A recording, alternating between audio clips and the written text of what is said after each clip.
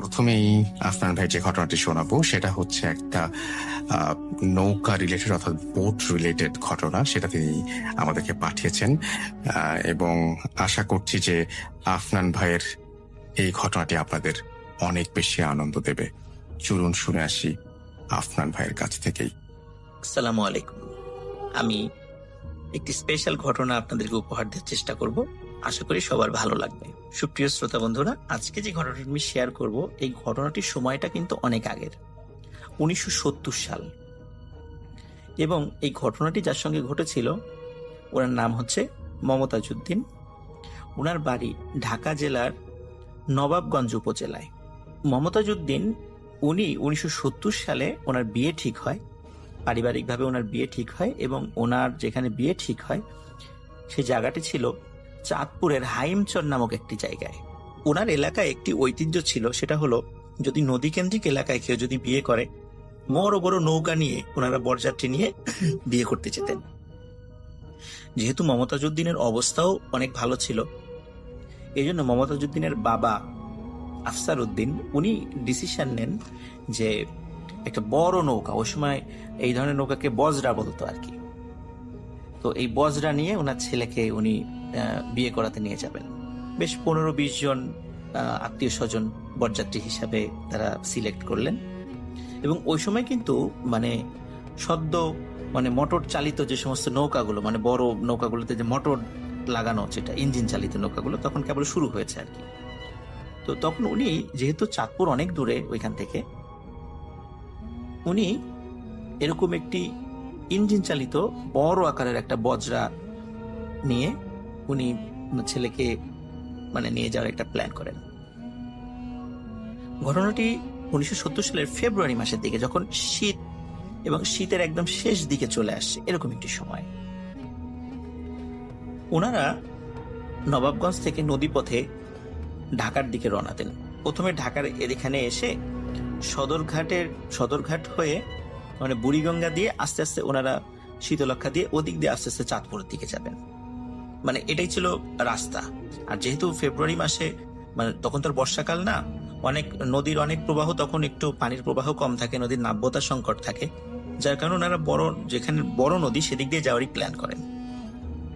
ওনারা রওনা দিয়েছেন হচ্ছে তখন কিন্তু যেতে অনেক সময় লাগতো, চাঁদপুর যেতে অনেক সময় লাগতো। যেদিন বিয়েটা ছিল ফ্রাইডেতে, তো বৃহস্পতিবারের দিন রাতের বেলা ওনারা রওনা দিয়েছেন। এশার নামাজ পড়ে খাওয়া দাওয়া করে ওনারা রওনা দিয়েছেন এবং শুক্রবারের দিন দুপুর নাগাদ ওনারা পৌঁছে যাবেন সেখানে, এরকম একটা প্ল্যান ছিল। তখন ইঞ্জিন চালিত হলেও কিন্তু আসলে ইঞ্জিনের গতি কিন্তু অতটা ছিল না, যার কারণে এরকম একটা দীর্ঘ সময় লেগে যেতে চাঁদপুরে যেতে। আর চাঁদপুর থেকে আরেকটু দূরে হাইমচর নামক একটি জায়গায় আরো সময় লাগবে সেখানে যেতে নদীপথে। তো ওনারা এই দীর্ঘ পথ স্বাভাবিকভাবেই ওনারা চলে যান এবং ফ্রাইডে জুম্মার আগে সেখানে গিয়ে পৌঁছান এবং বিয়ের কাজ সম্পূর্ণ শেষ করে ওখান থেকে মোটামুটি মাগরিবের নামাজ পড়ে ওনারা আবার ওই নৌকাতে বা বজরাতে করে ওনারা আবার ঢাকার উদ্দেশ্যে, ঢাকা হয়ে আবার নবাবগঞ্জে যাওয়ার একটা জন্য ওনারা বের হন। ওনারা স্বাভাবিকভাবেই হাইমচর থেকে চাঁদপুরের মেইন যেই লঞ্চ ঘাট সেদিকে চলে আসেন। আর ওখানে কিন্তু চাঁদপুরের মোহনা অবস্থিত। শ্রোতা বন্ধুরা, আপনারা অনেক সময় শুনে থাকবেন যে চাঁদপুরের মোহনায় কিন্তু অনেক দুর্ঘটনা ঘটেছে, লঞ্চ ডুবি হয়েছে এবং অনেক সময় অনাকাঙ্ক্ষিত বা আকস্মিক অদ্ভুত কিছু দুর্ঘটনায় কিন্তু অনেক লোক সেখানে মারা গিয়েছে।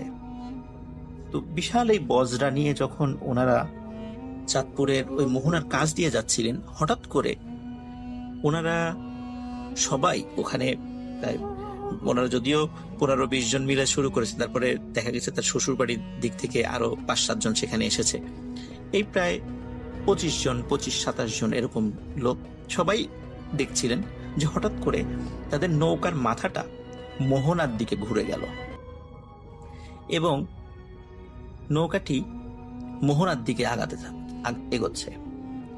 এই দৃশ্য দেখার পরে সবাই ভয় পেয়ে যান যে হঠাৎ করে আমাদের পথ তো এটা না, নৌকার মাথা তো অন্যদিকে ঘোরানো ছিল, হঠাৎ করে এখানে এইভাবে ঘুরে গেল কেন। তখন যিনি মাঝি ছিলেন উনি অনেক চেষ্টা করছিলেন যে হালটা ঘুরিয়ে অন্যদিকে নিয়ে যেতে, কিন্তু কোনোভাবে কাজ হচ্ছিল না। নৌকা ওই মোহনার দিকেই যাচ্ছে। তখন সবাই বুঝতে পারলেন যে না, এবার একটা বড় ধরনের বিপদ হবে। তখন অনেকেই নৌকা থেকে ঝাঁপ দেওয়ার পরিকল্পনা করছিলেন যে এবার ঝাঁপ দিব। ওই সময় ওই নৌকাতে অনেকেই জোরে জোরে কোরআন তেলাওয়াত করা শুরু করে। বেশ কয়েক মিনিট এরকম অবস্থা চলার পরে তখন খেয়াল করেন যে আস্তে করে আবার নৌকার ওই মাথাটি মোহনার দিক থেকে ঘুরে স্বাভাবিক হয়ে গেল, স্বাভাবিকভাবে চলা শুরু করলো। তখন নৌকাটি ওই মোহনার ওই এরিয়া থেকে বের করে নিয়ে আসা হয়। মোহনাতে কিন্তু পানির অনেক সময় পাক সৃষ্টি হয় এবং ওখানে কিন্তু অনেক লঞ্চ বা ট্রলার বা নৌকা ওখানে ডুবে যায়। তো ওখান থেকে মোহনার থেকে ওনারা বের হয়ে আসেন। বের হয়ে আসার পর সবাই আলোচনা করছিলেন যে আসলে এটা কেন এরকম হলো।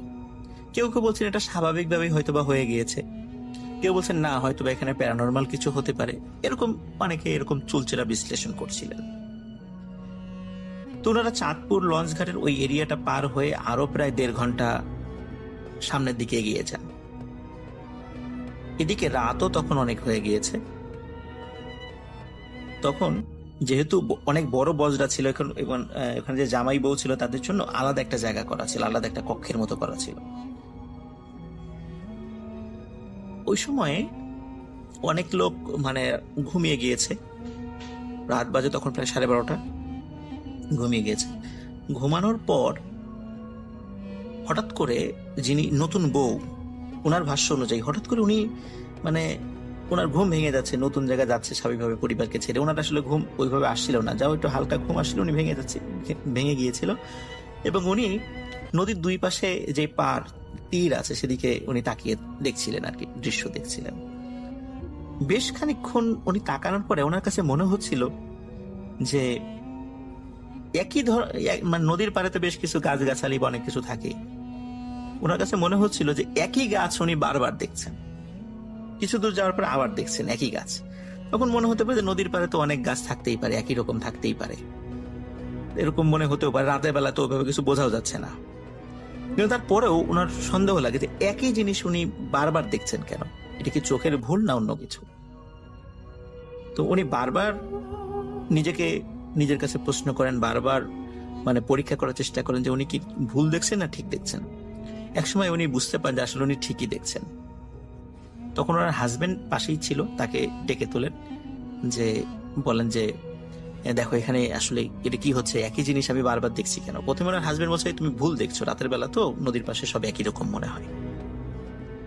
তখন উনি বলে যে না আমি অনেকক্ষণ ধরে চেষ্টা করছিলাম, মনে হচ্ছিল তুমি যেটা বলেছো সেটাই, কিন্তু আমার মনে হচ্ছে না আসলে আমি একই জিনিস বারবার দেখছি। ওনার হাজবেন্ড ওনার কথা প্রথম দিকে আমলে না নিলেও বারবার যখন বলছিল তখন ওনার হাজবেন্ড ঘুম থেকে উঠে উনি নিজেই খেয়াল করার চেষ্টা করেন আসলে কি ঘটনা ঠিক কিনা। এবং সত্যি উনি খেয়াল করছিলেন যে উনিও এই একই জায়গা বারবার দেখছেন। ওদিকে নৌকার অনেকেই ঘুমিয়ে গেছেন। ঘুমিয়ে যাওয়ার পর তখন অন্যদেরকে ডেকে তোলার পর তখন মাঝি যে আছে তাকেও বলেন যে এই দেখো তো আমরা কি একই জায়গায় বারবার দেখা যাচ্ছে কেন। তখন মাঝি বলে যে আমি তো এটা খেয়াল করি না, আমি তো শুধু সামনের দিকে তাকিয়ে আছি, আমি তো এটা বুঝতে পারি নাই। তখন মাঝিও পাশ থেকে তাকায় দেখে যে অদ্ভুত ব্যাপার, চাঁদপুরের মোহনা পার হওয়ার পর 1.5 ঘন্টা যাওয়ার পর ওনারা যেই জায়গাতে ছিলেন ওনারা ওই জায়গাতেই আছেন। প্রায় 2-2.5 ঘন্টা ধরে একই জায়গা দিয়ে নৌকা চলছে, এটা কিভাবে সম্ভব। সবাই অবাক হয়ে যান, যেটা কিভাবে পসিবল। একই জায়গা দিয়ে প্রায় 2-2.5 ঘন্টা ধরে নৌকা চলছে, অথচ আমরা একই জায়গা দিয়ে ঘুরছি, এটা কিভাবে পসিবল হল। তখন যেহেতু চাঁদপুরের মোহনার কাছে একটি দুর্ঘটনা ঘটতে গিয়েছিল, তখন সবাই বলেন যে আমরা একটা মনে হয় বিপদে পড়েছি, আমরা নিশ্চিত আমাদের সঙ্গে কিছু দুর্ঘটনা ঘটতে চলেছে। কিন্তু কেউ বুঝতে পারছিলেন না যে আসলে ওনাদের সাথে কি হচ্ছে। সবাই বিভিন্নভাবে ব্যাখ্যা বিশ্লেষণ করার চেষ্টা করছেন। এর মধ্যে হঠাৎ ওই পার থেকে সাদা দাড়িওয়ালা, একটু জুব্বা পরা, সাদা পাগড়ি পরা একজন লোক ডাকছে, এই তোমরা নৌকা ভিড়াও। তখন মানে মাঝি বলছে যে না, নৌকা ফেরানো যাবে না। তখন যিনি এই যে মোহাম্মদ আজউদ্দিন, মানে যার বিয়ে হলো, এবং তার বাবা তখন বলছে কেন নৌকা ভেড়ানো যাবে না কেন? বলে যে এটা বিয়ের নৌকা, অনেক সময় ডাকাত থাকে আশেপাশে, ডাকাতি হতে পারে। তখন ওনারা বলেন যে ডাকাত যদি করবেই তাহলে তো এরকম ডেকে নৌকা পাড়ে ভিড়িয়ে নিয়ে ডাকাতি করার কথা না। ডাকাত আসলে তো সরাসরি অন্য কোনো ট্রলার পণ্য কিছু নিয়ে আমাদেরকে অ্যাটাক করবে। নিশ্চয়ই কোনো একটা ব্যাপার রয়েছে, যেহেতু একটু আগে দুটো মানে দুর্ঘটনার মতো বা একটা অদ্ভুত ব্যাপার ওনাদের সাথে ঘটতে গিয়েছিল। তো যার কারণে উনি চিন্তা করলেন যে আসলে এটাও কি আমাদের তৃতীয় কোনো বিপদ কিনা, এটা ওনারা চিন্তা করছিলেন। তারপরে কি মনে করে মোহাম্মদ আজউদ্দিন উনি বলেন, ওনার বাবাকে বলেন, বাবা নৌকাটা আসলে পারে ভিড়াও। যে আসলে উনি কি বলতে চান, মনে হচ্ছে যে উনি অন্য ধরনের কিছু বলতে চাচ্ছেন আমাদের। নৌকা পারে ভিড়ানো হয় এবং কোনো কথা না বলে ওই মুরব্বি সোজা নৌকাতে উঠে বসেন। যে ভালো কি মন্দ বা কি, তার নাম কি বা কি চাচ্ছেন, কোনো কথা না বলে মানে হন হন করে হেঁটে নৌকায় উঠে যান। নৌকায় উঠে নৌকার একদম যে মাথা মানে সামনের দিকে, সেখানে গিয়ে দাঁড়িয়ে পড়েন। তখন মোহাম্মদ আজউদ্দিন কাছে যে বলেন যে মুরব্বী, আপনি আসলে কোথায় যাবেন বা আপনি কে, এখানে যে উঠলেন কোনো বিপদ কিনা? উনি কোনো উত্তর দেন না। উনি খালি জাস্ট একটা কথাই বলেন যে নৌকা চালাও, নৌকা সোজা চালাও, যেখানে যাচ্ছিলে সেখানে সেই দিকে যাওয়ার উদ্দেশ্যে নৌকা চালাও। তখন ওনার এই গম্ভীর কথা শুনে অনেকেই ডিস্টার্ব হয়। কেউ বলে যে এটাকে নামিয়ে দাও নৌকা থেকে, কিন্তু মোহাম্মদ আজউদ্দিন বলে যে না, উনি থাক। কেন জানি ওনার মনে হয় যে না, উনি থাক। আসলে যে কোনো এমনও তো হতে পারে যে উনি আমাদের জন্য, আল্লাহ তাআলা কোনো কল্যাণের জন্য তাকে পাঠিয়েছেন। মোহাম্মদ আজউদ্দিন এই চিন্তা করে। তো নৌকা সোজা চলা শুরু করে। এখন যেটা দেখা যাচ্ছে যে না, নৌকা এখন স্বাভাবিকভাবে চলছে, কোনো সমস্যা নাই। কিন্তু একটি অদ্ভুত ব্যাপার ওনারা খেয়াল করেন, সেটা হলো যে মানে নদীতে তো বেশ ওই সময় যে ইলিশ মাছ ধরার জন্য বেশ কিছু ছোট ছোট নৌকা সেগুলো কিন্তু আছে। ওই ছোট ছোট নৌকা যখনই ওই বড় ওই বজরা যেটা দেখছিল, তখন ওই ছোট নৌকাগুলো মাছ ধরার জাল রেখে দ্রুত নৌকা বেয়ে মানে ওই নৌকা থেকে দূরে সরে চলে যাওয়ার চেষ্টা চালাচ্ছিল। এটা কেন এরকম হচ্ছে এটা আসলে ওনারা বুঝতে পারছিলেন না। তখন হঠাৎ করে ওনারা বেশ কয়েকজন খেয়াল করেন যে চাঁদের আলোতে নৌকার যে ছায়া পড়েছে এক পাশে নদীতে। তো মনে হচ্ছিল যে নৌকা, ওনারা যে অল্প কয়েকজন লোক আসছেন, যে সব মিলে প্রায় 25 থেকে 27-28 জন লোক, এছাড়াও মনে হচ্ছে আরো দ্বিগুণ লোক নৌকায় আছে। মানে এরকম কিছু ছায়া দেখা যাচ্ছিল ওই চাঁদের আলোতে। ওনারা মনে করেছিলেন হয়তো বা এটা নদীর যেহেতু ঢেউ হয়, ঢেউ এরকম মনে হতে পারে। তো এটা ওনারা অনেকেই চোখের ভুল বা কেউ একটু ভয় পেয়েছেন, তো এরকম কেউ হয়তো বা এটা অনেকে প্রকাশ করেনি, প্রকাশ করলে অনেকে আবার ভয় পেতে পারেন নৌকায়। কিন্তু এই দৃশ্যটা উনি দেখেছিলেন, এবং নৌকাগুলো যে কেন ওই যে ছোট ছোট নৌকাগুলো ওনাদের থেকে ভয়ে দূরে সরে চলে যাচ্ছিল, এটা ওনারা বুঝতে পারছিলেন না। তবে যারা সরে চলে যাচ্ছিল তারা চিৎকার আল্লাহু আকবার আল্লাহু আকবার বলে মানে ওই বজরাতে দেখলেই ওনারা নৌকা সরিয়ে নিয়ে যাওয়ার চেষ্টা করছিলেন। এদিকে প্রায় ভোর হয়ে আসে, আজান দেবে এরকম একটি সময়ে হঠাৎ করে ওই মুরব্বী মোহাম্মদ আজউদ্দিনকে ডাকেন।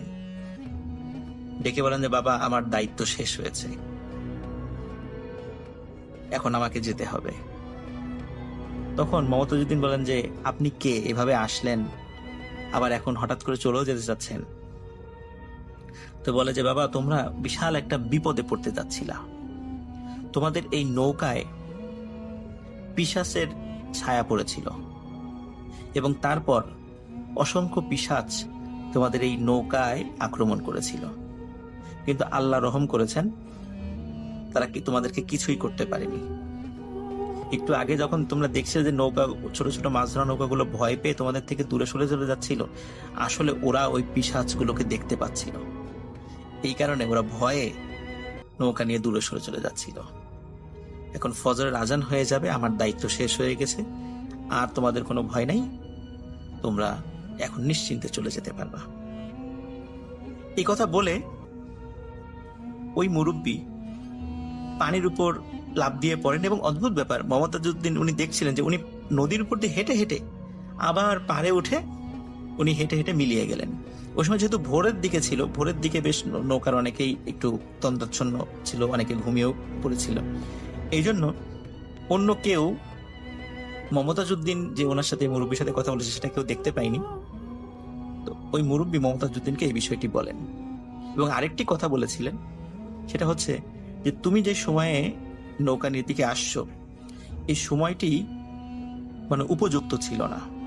এই সময়ে একদল পিশাচ এদিক দিয়ে যাচ্ছিল, হঠাৎ করে তোমাদের দিকে তাদের নজর পড়ে এবং তারপরেই তোমাদেরকে আক্রমণের জন্য তারা চেষ্টা চালাচ্ছিল, কিন্তু আল্লাহর রহমতে আমার কারণে তারা সেটা পারেনি। তো এভাবে যখন ওই মুরব্বী চলে যান, অদ্ভুতভাবে চলে যান পানির উপর দিয়ে হেঁটে হেঁটে, তখন মমতাজউদ্দিন কাউকে আর এই ঘটনা বলেননি। তখন উনি স্বাভাবিকভাবে যখন নৌকা স্বাভাবিকভাবে সদরঘাট হয়ে আবার নবাবগঞ্জের দিকে চলে আসে, তারপরে বাড়িতে ফেরার পর সবার সঙ্গে এই ঘটনাটি শেয়ার করেন এবং সবাই আল্লাহ তাআলার দরবারে শুকরিয়া আদায় করেন যে আলহামদুলিল্লাহ, আল্লাহ তাআলা বিশাল একটি বিপদের হাত থেকে আমাদেরকে বাঁচিয়েছেন। তো এখনো কিন্তু মমতাজউদ্দিন জীবিত আছেন। ওনার 3 ছেলে 2 মেয়ে, সেই ছেলেদেরাও অনেক বড় হয়ে গেছেন, তাদের বাচ্চা কাচ্চা অনেক বড় হয়ে গেছে। এবং মমতাজউদ্দিনের যে স্ত্রী, উনিও এখনো জীবিত আছেন। ওনার বাড়ি ঢাকা, আমরা যে ঢাকা মেইন শহর সেটা না, ঢাকা যে জেলা ঢাকা, সেটা ঢাকা জেলার কয়েকটি থানা রয়েছে বা উপজেলা রয়েছে, সেই উপজেলার একটি উপজেলা নবাবগঞ্জ। নবাবগঞ্জে এই ঘটনাটি এখনো মানুষের মুখে মুখে মানে প্রচলিত আছে, মমতাজউদ্দিন এখনো জীবিত আছেন। তো এটি ছিল ঘটনা। আমরা চলে যাব আমাদের পরবর্তী অতিথির কাছে। আপনার নামটা প্লিজ একটু বলবেন, আপনি কোথা থেকে এসেছেন সেটা বলবেন, তারপরে আপনার ঘটনায় যাব। আমার নাম সাদমান সাকিব দীপ্ত, জি। আমি আসছি মিরপুর থেকে। জি, আপনার ঘটনাটা শুনি। এক্স্যাক্টলি হচ্ছে আমার আর আমার বন্ধু সৌরভের সাথে। জি। আমরা হচ্ছে কবুতর পালতাম, আমি বেশ অনেকগুলো কবুতর পেলে আমার বন্ধুর সাথে পালা শুরু করি আর কি। তো সাডেন মানে 1-2 মাস যাওয়ার পরে আমার বন্ধু আমাকে বলতেছে যে বন্ধু খালি দেখতেছি কবুতর মরে যাচ্ছে। তো আমি মনে করছি যে এটা সিজনাল কোনো প্রবলেম বা কোনো না কোনো একটা ইস্যু। যে থ্রুতে আমি ওকে বলছি যে এই সিজনে এই সমস্যাটা হতে পারে, মানে আমি ব্লাইন্ডলি না দেখেই বলছি এই ওষুধগুলো খাওয়াই দেয়, জাস্ট এগুলোতে কাজ হয়ে যাবে। জি। কিন্তু 1 সপ্তাহ পরেও বলতেছে বন্ধু আমার কবুতর স্টিল মিসিং। তা আমি বললাম কি আচ্ছা চল তোর সাথে আমি যাবো না পরের দিন। সেদিন আর যাইনি, পরের দিন আমি গেলাম, যে জাস্ট ছাদে দেখি যে খালি কবুতর মরতেছে। বাট 5 তলা ছাদের উপর তো মানে কোনো ওয়েই নেই, কারণ ঘর করা, একটা রুমের মতন করে ঘর করা, এটার ভিতরে না কাক ঢুকতে পারবে না চিল, কোনো ওয়েই নেই যে একটা কিছু কবুতরগুলোকে নিয়ে যাবে। তো আমি মানে এক সাইড থেকে, ছাদটা বেশ বড়, তো আমি এক সাইড থেকে আরেক সাইডে যেতে যেতে মানে হুট করে দেখি ছাদের অপর সাইডে কে জানি একটা গোল সার্কেল করে, ফার্স্ট আমি রং মনে করছিলাম, গোল সার্কেল করে মানে অনেক কিছু রাখা। একটা বাটিতে দেখলাম ব্লাড রাখা, একটাতে দেখলাম বোন আছে মানে হাড্ডি, মানে বেশ এরকম মানে কালো হয়ে গেছে সবকিছুই। আমার বন্ধু কিছু না বুঝেই রাগের মাথায়, ওর কারণ ওর কবুতরগুলো মারা গেছে, রাগের মাথায় গুলো সব লাথি দিয়ে ফেলা। তো ওটা থেকে আমি লোক ডেকে আনলাম, আমরা লোক ডেকে এনে ছাদটাকে আগে পরিষ্কার করাইলাম, ছাদে যা যা করা যায় করালাম। আমরা নিচে গেলাম, নিচে যে আমাদের গার্ড আছে সে আবার যে কবিরাজি টবিরাজি পারে, তো ওনার সাথে কথাবার্তা বললাম। উনি বললো যে হ্যাঁ এখানে ব্ল্যাক ম্যাজিকের কি কি করে এরকম কিছু। উনি বলছে যে হ্যাঁ এরা কালো জাদু বা এরকম কিছু করে, আপনার এগুলো নিয়ে আর মাথা ঘামায়েন না। আমরা বললাম মানে এত কিছু আর জানতে চাইনি। আমি বলছি আমাদের বিল্ডিং এ করে না, বিল্ডিং এর বাইরে, আপনাদের বিল্ডিং এ একজন আছে। আচ্ছা। তো তার জানলাম, তার নামটা না বলি আর কি। তা আমাদের বিল্ডিং এ আছে, তো তার বাসার সামনে উনি যা বলছে যে এই ছাগলের যে হাড্ডিটা দেখতে পারতেছেন মাথার, ওটা কিন্তু বলি দেওয়া।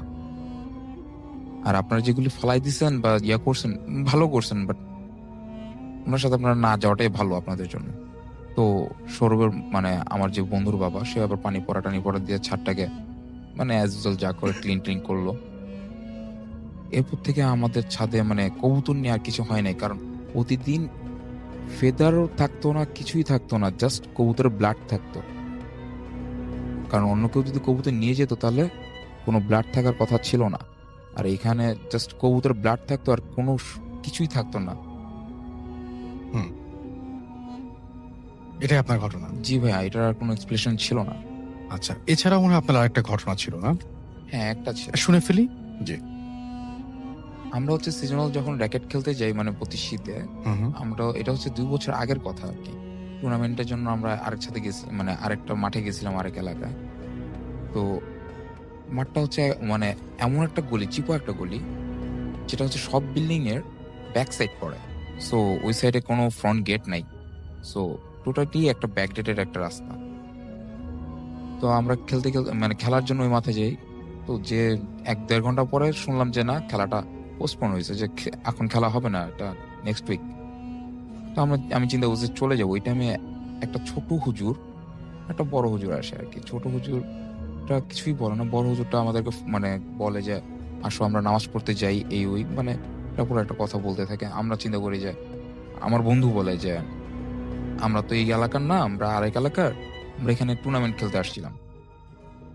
তো এক কথায় 2 কথায় হুজুর বলতেছে যে না, কোনো কিছু তো আর ইস্যু লাগে না নামাজ পড়তে, আপনারা আসতে পারেন, নামাজ পড়তে পারেন।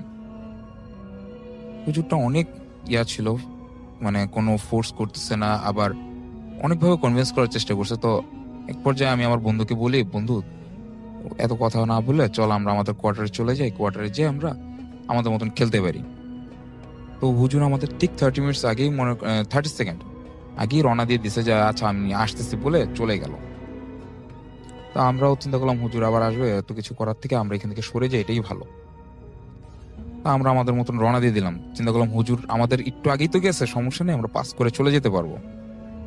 আমরা যতই হাঁটি হুজুরকে আর পাই নাই, কারণ ওই ওয়ে মানে এমন একটা জিনিস, কারো বাসায় যেতে পারবে না, মানে কোথাও যাওয়ার রাস্তা নেই, মানে যাই হবে হুজুর আমাদের সামনেই পড়বে, আর আমরা সামনে পড়তেই হবে, কারণ যেভাবে আমরা তাড়াতাড়ি গেছি।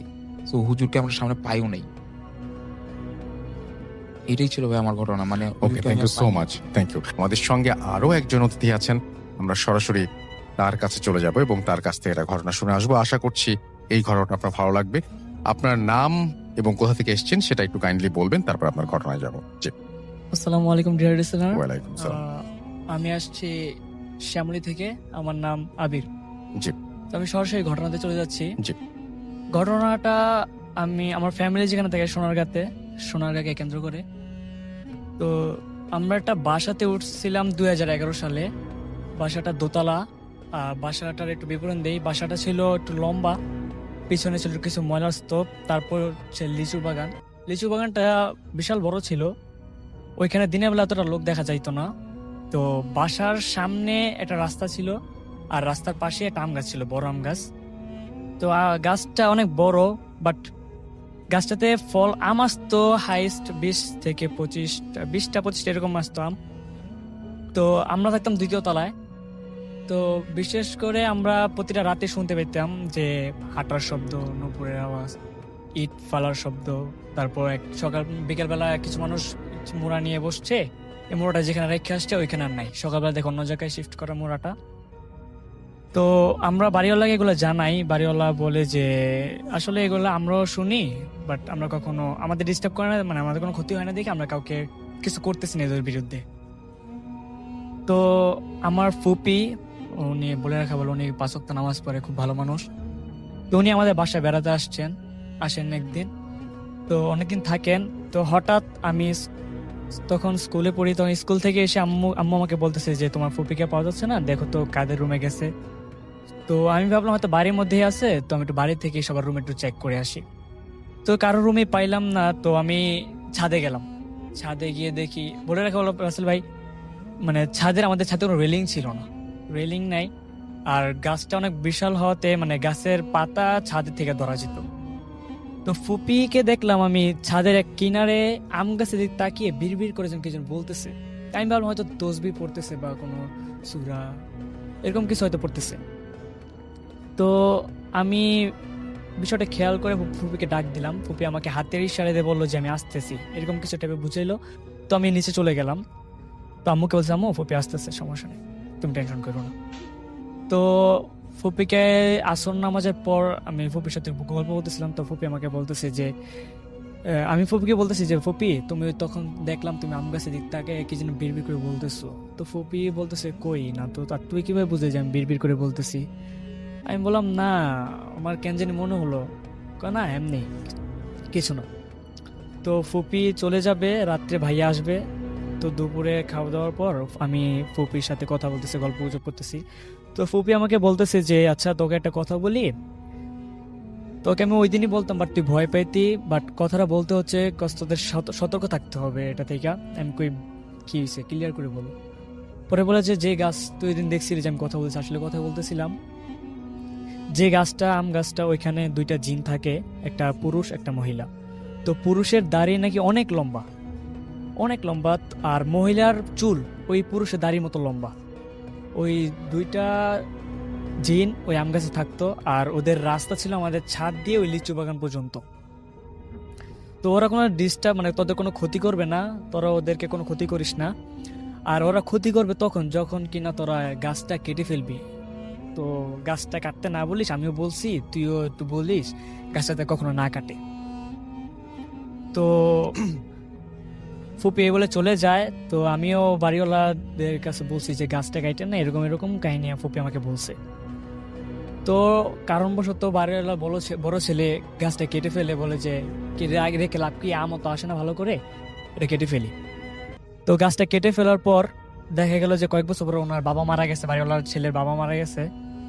তো এরপরে কয়েক বছর পর দেখা যায়, কিছুদিন পর দেখা যায় বাড়িওয়ালা মানে আমাদের বাসার নিচতলা একটা ভাড়াটিয়া মানে সেটার থাকতো। সাথে কি গাছ কাটার কোনো সম্পর্ক আছে? কয়েক মানুষ তো যে কোনো সময় মারা যেতে পারে, বা কয়েক বছর পর মারা গেছে আপনি বলছেন, তো এই সাথে তো মনে হয় গাছ কাটার কোনো সম্পর্ক মানে নেই। আমি জাস্ট ওই গাছ কাটার সম্পর্কে যদি বলছে ক্ষতি হবে, আচ্ছা। আমি মনে করতেছি এইটার জন্যই হয়তো। আচ্ছা, আপনি মনে না করছেন হতে সেটা। পারে, বিশ্বাস। আচ্ছা আচ্ছা, ওকে। আচ্ছা, তারপর আমাকে আমি ওই যে নিচে বাড়ির ভাড়াটিয়া থাকতো, তো উনি ওনার ছোট ছেলেকে নিয়ে ছাদে উঠছে কাপড় শুকাতে রোদ্রে।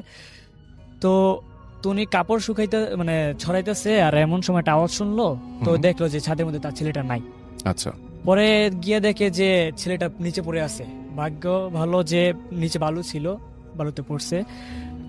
তো উনি ছেলেটাকে অনেক মানে কান্না করছে, অনেক ভয় পাইছে, ছেলেটা অনেক ভয় পাইছে, ছেলেটা হাত পা ছিঁড়া যায়। তো সবাই বলে যে ছেলে বাচ্চাদের সাথে নাকি ফেরেশতা থাকে, হয়তো ফেরেশতারা ওকে সেভ করছে। তো উনি একটা কবিরাজের মানে হুজুরের কাছে যায়, হুজুর তাকে পানি দেয়, ওর ঝাড়ফুঁক করে, আর বলে যে ওই ছাদ থেকে নাকি আরো 7 জন পড়বে। এখনো 2 জন নাকি 1 জন পড়ছে। তো তারপর আমাকে আর কোনো ঘটনা হয় নাই। তারপর হয়েছে যে আপনার বাড়িওয়ালা যে বড় ছেলে, তার ওয়াইফের সাথে একটু সম্পর্ক খারাপ, এবং ওই বাড়িতে এখনো ঝগড়া আর ভাইদের মধ্যে বিভক্ত আর হইতেছে। তো আমার কারণবশত ভাইটা ছেড়ে দেই। তো এই ছিল ভাই ঘটনাটা। ওকে। আফরান ভাই সেকেন্ড ঘটনার জন্য অনেকে অপেক্ষা করছেন। এখন যে ঘটনাটি প্লে করব সেটি হচ্ছে আফনান ভাইয়ের সাথে আফরান ভাইয়ের শেয়ার করা একটি ঘটনা। আশা করছি যে এই ঘটনাটি আপনাদের ভালো লাগবে। তো আমি প্লে করব সেই ঘটনাটি, এবং আশা করছি যে এই ঘটনাটিও আপনাদের ভালো লাগবে। চলুন শুনে আসি। এখন যার ঘটনা আপনাদের সাথে শেয়ার করতে যাচ্ছি তার নাম রুবেল ইসলাম জয়। ওনার বাড়ি রাজশাহী জেলার তানোর উপজেলার পাচন্দর ইউনিয়নের পাঠাকাটা গ্রামে। উনি লেখাপড়া করেছেন বাংলাদেশ কৃষি বিশ্ববিদ্যালয়ে, আর লেখাপড়া শেষ করে বর্তমানে ঢাকায় ঢাকা ব্যাংকের মতিঝিল শাখায় কর্মরত রয়েছেন। ওনার সাথে যখন ওনার ঘটনার কিছু বিষয় নিয়ে আমি কথা বলছিলাম ফোনে, তখন উনি জানালেন 2015 সালে ওনার সাথে আমার দেখা হয়েছিল রেডিও ফুর্তিতে। কারণ 2015 সালের কোনো একটি শুক্রবার আমি গিয়েছিলাম সেখানে, উনিও এসেছিলেন ওনার এক আত্মীয়ার ঘটনা শেয়ার করার জন্য। আমার বলার পরেই ওনার ঘটনা শেয়ার করার সুযোগ হয়। উনি আমাকে এটা জানালেন, আমার শুনে খুব ভালো লাগলো। কারণ ফোনে কথা বলার সময় এরকম ব্যক্তি খুব কম পেয়েছি, হাতে গোনা 1-2 জন পেয়েছি এতদিনের মধ্যে, যাদের সাথে আমার রেডিও ফুর্তিতে দেখা হয়েছিল। তো চলুন কথা না বাড়িয়ে ঘটনাতে চলে যাই। ঘটনাটি ঘটেছিল 2012 সালে। উনি এসএসসি পাশ করার পর রাজশাহী সিটি কলেজের বিজ্ঞান বিভাগে ভর্তি হয়েছিলেন। তো ছোটবেলা থেকেই তো আসলে লেখাপড়ার দিকে ওনার বেশ আগ্রহ ছিলই। সবসময় চেষ্টা করতেন কঠিন পরিস্থিতিতেও প্রাইভেট কোচিং, স্কুলের বা কলেজের ক্লাসগুলো কখনোই যেন উনি মিস না দেন। এ বিষয়ে উনি খুব সচেষ্ট থাকতেন। এদিকে এসএসসি পর্যন্ত তো বাড়িতেই ছিলেন, তারপরে যখন রাজশাহী শহরে চলে আসছেন, এতদিন তো একটানা বাড়ির বাইরে থাকা হয় না, প্রায় 1 মাস হয়ে যায়। 1 মাস কিন্তু উনি কখনোই বাড়ির বাইরে থাকেন নাই। 1 মাসের একদম শেষ দিকে এসে খুব মন খারাপ হচ্ছিল যে যাই একটু বাসা থেকে ঘুরে আসি। তো উনি সেদিন সিদ্ধান্ত নিলেন যে 5টার সময় ওনার যেই একটা কোচিং রয়েছে ওইটা শেষ করেই উনি বাসার দিকে রওনা দেবেন।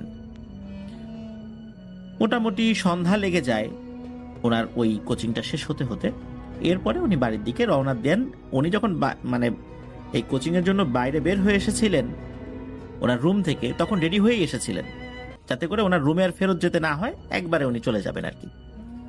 রাজশাহী শহর থেকে ওনার বাড়িতে যেতে হলে 40 মিনিট বাসে কিন্তু বসে থাকতে হবে, মানে 40 মিনিট বাস জার্নি।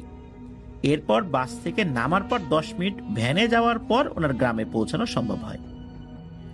উনি বাসে উঠেছেন, প্রায় 1 ঘন্টার মতো সময় লেগেছিল আর কি। বাস বিভিন্ন জায়গায় থেমেছিল, আস্তে আস্তে গিয়েছিল, প্রায় 1 ঘন্টা সময় লেগেছে 40 মিনিটের জায়গায়। সময়টা ছিল শীতকাল, 5:30টার দিকে তো সন্ধ্যা লেগে যায়। বাস থেকে নেমে উনি কোনো ভ্যান দেখতে পান না, কিছুটা হতাশই হন। এই শীতকালে আবার মানে হেঁটে হেঁটে যাবেন বাড়িতে, ঠান্ডাও লাগছে। এখন যেহেতু ভ্যান নাই, এই জন্য সিদ্ধান্ত নিলেন যে উনি হেঁটেই বাসায় চলে যাবেন। তো বলে রাখা ভালো, উনি যেখানে বাস থেকে নেমেছেন সেখান থেকে সম্পূর্ণ একটা ফাঁকা মাঠের ভেতর দিয়ে ওনাদের গ্রামে যেতে হয়। ভ্যান না পেয়ে উনি হাঁটা শুরু করেছেন। ওনার মোবাইল ফোনের ফ্ল্যাশ লাইটটা জ্বালিয়ে উনি হাঁটছেন। রাস্তার 2 পাশে আম গাছ, মাঝে মাঝে রাস্তার পাশে কিছু বাঁশ বাগানও ছিল, কিন্তু রাস্তার 2 পাশে কোনো বাড়ি ছিল না। গ্রামের কাছাকাছি আসতে হঠাৎ করে ওনার এক স্কুল ফ্রেন্ডের সাথে দেখা হয়, যার নাম হচ্ছে রঞ্জিত। সে তার ভাইকে নিয়ে বাবুই পাখি শিকারে যাচ্ছিল। স্কুলে পড়ার সময় তার সাথে উনিও মাঝে মাঝে পাখি শিকারে গিয়েছেন।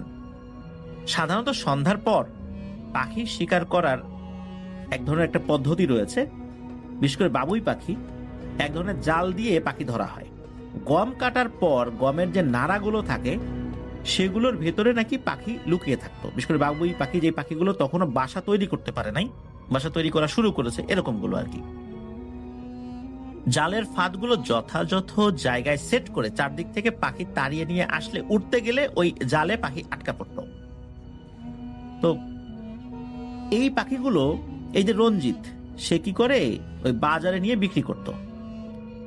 তো বন্ধুর সাথে দেখা হতেই বন্ধুকে পাখি ধরতে দেখে ওনারও আগ্রহ জন্মালো, যাই বাসায় একটু পরে যাই, যেহেতু বন্ধুর সাথে দেখা হয়ে গেছে, একটু পাখি ধর। প্ল্যান মাফিক পাখি ধরার জন্য ওনারা রাস্তা থেকে নেমে মাঠের ভেতর দিকে গিয়েছেন। এরপর জালগুলো বিছিয়ে চারদিক থেকে পাখি তাড়িয়ে নিয়ে আসছেন আর কি। প্রায় 20 থেকে 22টার মতো পাখি আটকা পড়ে। পাখি শিকার শেষ হওয়ার পর এখন তো রঞ্জিত চলে যাবে, উনি ওনার বাড়ির দিকে রওনা দিয়েছেন রঞ্জিতের কাছ থেকে বিদায় নিয়ে। তো উল্লেখ্য, ওনার বাড়ি মেইন রাস্তা, মানে মেইন যে পাকা রাস্তাটা রয়েছে আর কি, সেদিক দিয়েও যাওয়া যায়, আবার যেখানে ওনারা পাখি শিকার করছিলেন সেই মাঠ দিয়েও সোজা পথেও যাওয়া যায়। তবে মাঠের ভেতর দিয়ে গেলে তাড়াতাড়ি যাওয়া যায়। তো উনি চিন্তা করেন পাখি ধরতে গিয়ে তো বেশ খানিকটা সময় নষ্ট করে ফেলেছি, তো মাঠের ভিতর দিয়েই যাই। মাঠের ভিতর দিয়ে যাওয়ার জন্য উনি মনস্থির করেছেন। তো ওনার বন্ধু রাস্তা দিয়ে সে তার বাসায় যাওয়ার জন্য রওনা দিয়েছেন। তো উনি যেদিক দিয়ে বাসায় যাবেন, তো সেই ফাঁকা মাঠের ভেতর দিয়ে জঙ্গলে ঘেরা একটা পুকুর পাড়ের পাশ দিয়ে ওনাকে যেতে হবে। ওনাদের গ্রামের প্রায় 30% মানুষ সাঁওতাল ধর্মের অনুসারী। সাঁওতালদের কেউ মারা গেলে এই পুকুরের চারপাশে যে পাড় রয়েছে সেই পাড়ে নাকি কবর দেওয়া হয়। পুকুরের চারপাশে কিছু তাল গাছ ছিল। তাল গাছগুলোর মধ্যে একটি তাল গাছের উপর বজ্রপাত হওয়ার কারণে তাল গাছের উপরের অংশটি পুড়ে যায়। গাছটির মাথায় কোনো পাতা ছিল না। উনি হাঁটতে হাঁটতে পুকুরের কাছাকাছি আসতেই হঠাৎ সেই তাল গাছের উপর থেকে একটা আলোর ঝলকানি উনি দেখতে পান। উনি দেখতে পান যে ওই আলোর ঝলকানিটি আস্তে আস্তে এগিয়ে আসছে। ধীরে ধীরে ওইটা কি হলো, একটা জায়গায় গিয়ে বিশাল একটা বাড়ির রূপ নিল। তবে অদ্ভুত ব্যাপার হলো যে এই বাড়িটার আকারটা ছিল অন্যরকম। কোনো বাড়িতে যদি লাইটিং করা হয় তাহলে দেখা যায় যে বাড়ির বিভিন্ন অংশে লাইট ঝুলিয়ে দেওয়া হয়েছে, এই যে মরিচবাতি আমরা দেখি না এরকম। তারপর রাষ্ট্রীয় বিভিন্ন প্রোগ্রামে বড় বড় স্থাপনাগুলো সাজানো হয়। রাতে যখন লাইট চলে তখন কিন্তু আমরা শুধু লাইটটাই দেখতে পাই, এর পেছনে থাকা যেই স্থাপনাটা এটা কিন্তু ওইভাবে নজরে আসে না, শুধু আলোকোজ্জ্বল লাইটটা আমাদের চোখে পড়ে। তো ওনার কাছে মনে হলো যে কোনো একটা বিয়ে বাড়ি, চারদিকে অনেক আলোকসজ্জা করা হয়েছে, কিন্তু ওই বাড়ির যে ওই শেপটা ওইভাবে বোঝা যাচ্ছে না। উনি এটা দেখে প্রচন্ড ভয় পেয়েছেন, কিন্তু উনি খেয়াল করলেন যে উনি সামনেও যেতে পারছেন না, পেছন দিকেও যেতে পারছেন না। কারণ হলো শরীরের শক্তি নাই, বিষয়টা এরকম না। উনি সামনে যেতে পারছেন না, সামনের দিকে ওই আলোকোজ্জ্বল বাড়িটা, আর পেছন দিকে তো কোনো ঘর বাড়ি ছিল না। উনি যে দৌড়ে যাবেন, কোথায় যাবেন? এরপরেও উনি কি করেছেন, দৌড়ে পেছন দিকে যাওয়ার চেষ্টা করেছেন। তো উনি যখনই পেছন দিকে যাওয়ার চেষ্টা করলেন, দেখলেন যে ওই পেছন দিকে ওই বাড়িটা আছে। এরপরে ঘুরে উনি সামনের দিকে তাকিয়েছেন, সামনের দিকে ওই বাড়িটা আছে। উনি ডানে বায়ে যেদিকেই দৌড় দিতে যান না কেন, ওই আলোকোজ্জ্বল বাড়িটা ওনার সামনে চলে আসে।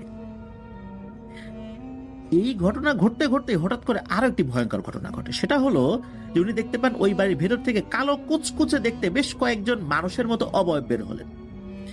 দেখতে মানুষের মতোই মনে হচ্ছিল, এবং এদের মধ্যে একজন বর এবং একজন কনে ছিল, ছোট কয়েকজন বাচ্চাও ছিল, এর মধ্যে বাদ্যযন্ত্র বাদকও ছিল।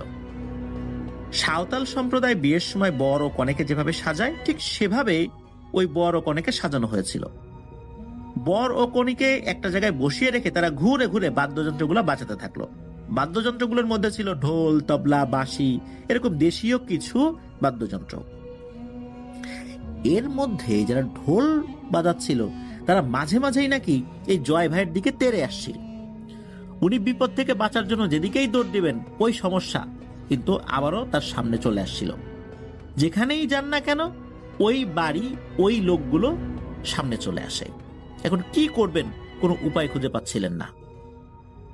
এরই মধ্যে হঠাৎ করে ওনার হাতের ডান পাশে বেশ কিছুটা দূরে একটা আলো জ্বালানো দেখেন। উনি ওই আলোটা দেখেই বুঝতে পারেন যে এই আলোটা হচ্ছে ওই যে জমিতে সেচ দেওয়ার জন্য যে ডিপ টিউবওয়েল গুলো বসানো থাকে না, বোরিং ঘর, এটা হলো ওই বোরিং ঘরের আলো। উনি কি করেছেন, ওই আলোটাকে লক্ষ্য করে সোজা দৌড় দিয়েছেন। ডানে বায়ে আর যাবেন না, শুধু ওই আলোটা সামনের দিকে আছে ওইটাকেই লক্ষ্য করে উনি আগাতে থাকবেন, তাহলে হয়তোবা উনি ঠিক জায়গায় পৌঁছাতে পারবেন। ওনার কাঁধে তো ব্যাগ ছিল, ওইটা নিয়েই তো দৌড় দিয়েছেন। আল্লাহর অশেষ রহমতে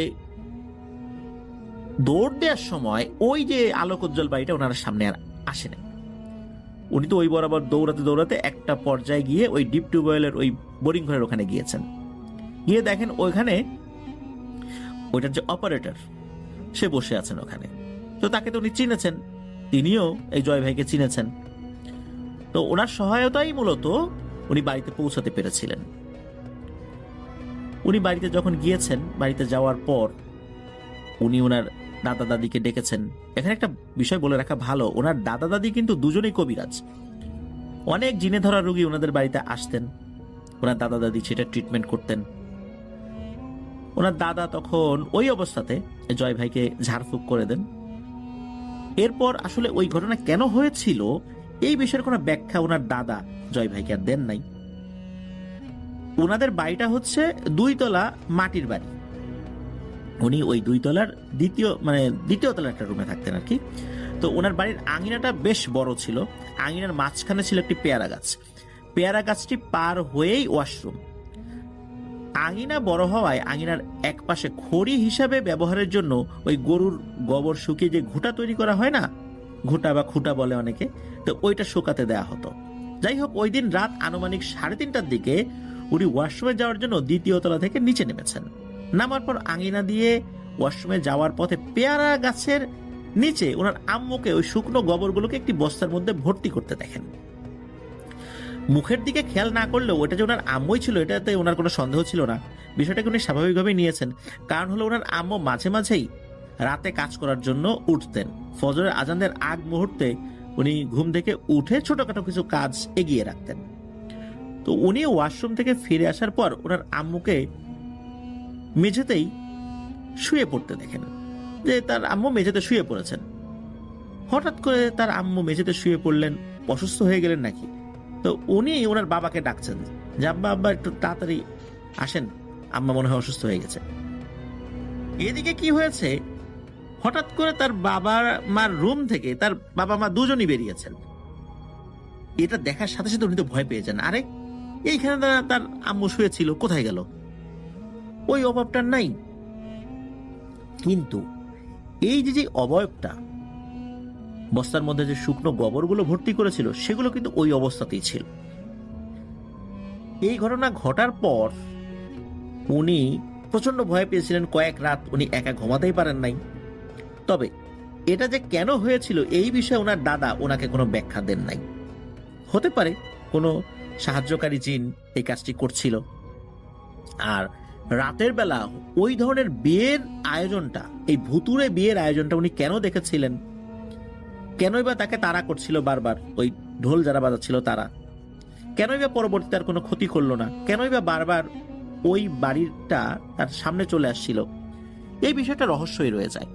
এই বিষয়ে কোনো ধরনের কোনো ব্যাখ্যা ওনার দাদা ওনাকে দেন নাই।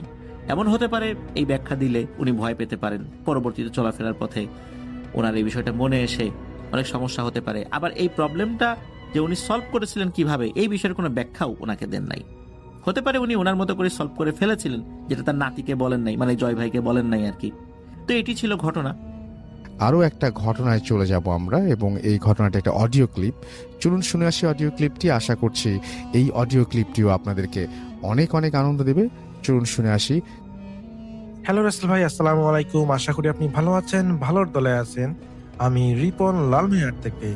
আজকে যে ঘটনাটা আমি আপনাকে শেয়ার করব, এই ঘটনাটা আমি শুনেছিলাম আমার নানুর কাছ থেকে। আমার নানু যেভাবে আমাকে ঘটনাটা শেয়ার করেছেন, আমি চেষ্টা করব আপনাদের মাঝে একই রকম ভাবে ঘটনাটা বলার। সময়টা ছিল 1990-এর দশকে। সেই সময়ে আমার নানুর সম্পর্কে ভাই লাগে, তার নিজের ভাই না, তার সম্পর্কে চাচাতো ভাই, দূর সম্পর্কে চাচাতো ভাই আর কি। তো সেই সময়ে ওই চাচাতো ভাই, তার নাম ছিল মকবুল হোসেন। তো মকবুল হোসেন ভাই, তো তিনি আসলে কৃষি কাজ করতেন। তিনি পড়াশোনা তেমন ভালো ছিলেন না, যার কারণে সেই সময় পড়াশোনার মানও খুবই স্ট্রং ছিল। সেই সময় সবাই পড়াশোনা করতে পারতো না। দেখা যায় যে তাদের মকবুল সাহেবের বাবার অনেক জমি জমা ছিল, তো যে কারণে আসলে জমি জমা চাষ করার জন্য তেমন লোকজন ছিল না। এই কারণে মকবুল সাহেব নিজেই তার জমিগুলো বাবার সাথে কাজ করতেন। তো পরবর্তীতে তার বাবা মারা যাওয়ার পর মকবুল সাহেব সেই জমিগুলো নিজে চাষ করেন এবং তিনি পরবর্তীতে বিয়ে শাদী করেন। তো ঘটনা যে সময় ঘটেছিল, সময়টা ছিল 1990-এর পরে। তো সেই সময়ে মকবুল সাহেব তার কৃষি জমিগুলোতে চাষ করার জন্য নিয়মিত নাঙ্গল নিয়ে, তাদের গরুর হাল ছিল, সেই গরুর হাল নিয়ে তিনি একটা পথ দিয়ে নিয়মিত রেগুলার চলাফেরা করেন। মাঠে যাওয়ার জন্য একটা রেগুলার পথ ছিল, তিনি সেই পথে যেতেন এবং সেই পথ দিয়ে তার মাঠগুলোতে যে চাষ করে আবার সন্ধ্যায় ফিরে আসতেন। তো এটা ছিল তার প্রতিদিনের একটা রুটিন। সকালবেলা তার হালগুলো নিয়ে তিনি মাঠে যেতেন এবং সন্ধ্যার সময় বাসায় ফিরতেন। তো সেই মাঠে যাওয়ার সময় একটা বট গাছ ছিল, তার জমিগুলো থেকে কিছুটা একটু দূরে সেই বট গাছটা ছিল।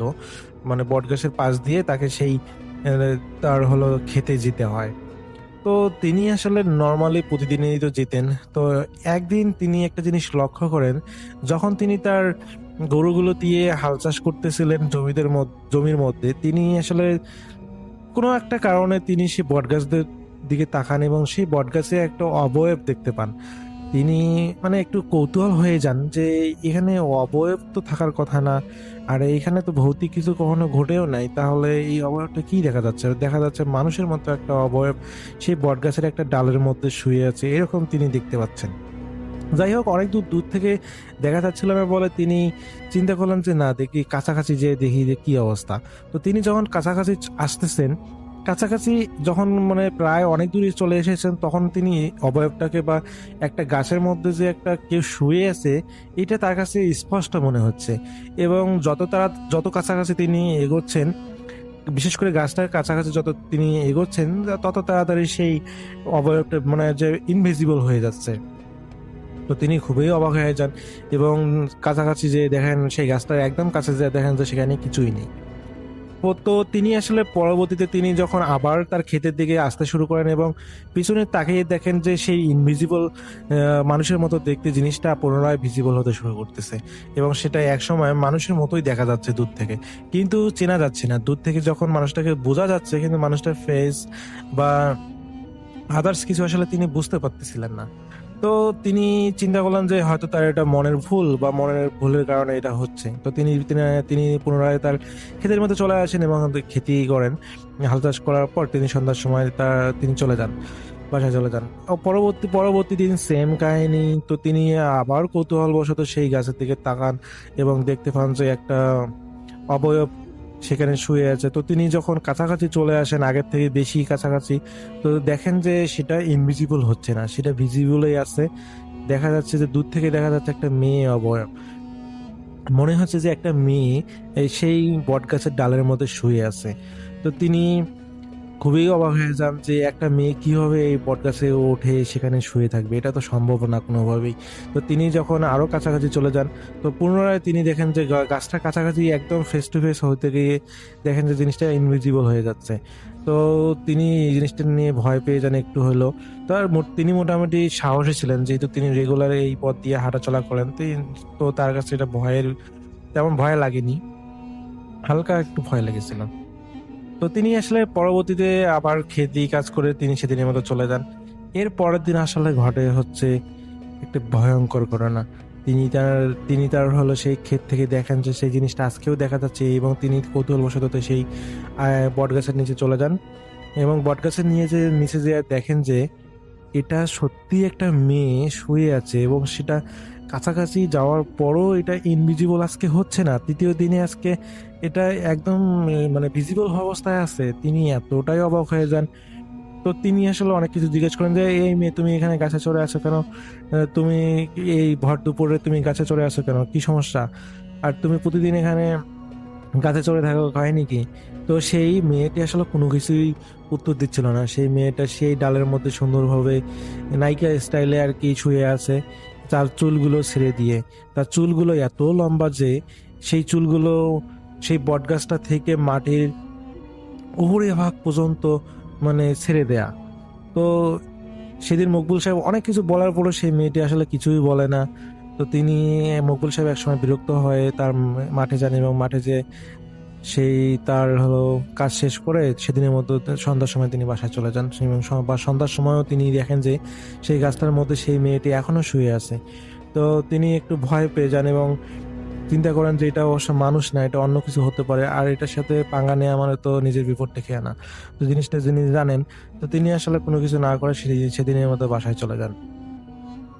চতুর্থ দিনে সেম কাহিনী। তিনি সকালবেলা যখন আসেন তখন দেখতেছিলেন না সে সেখানে কোনো কিছু আছে সেই বট গাছে, এবং যখন তিনি হলো দুপুরের পরে আসলে তিনি যখন ওই বট গাছের দিকে তাকান তখন তিনি পুনরায় সেই জিনিসটা অবয়বটা দেখতে পাচ্ছেন।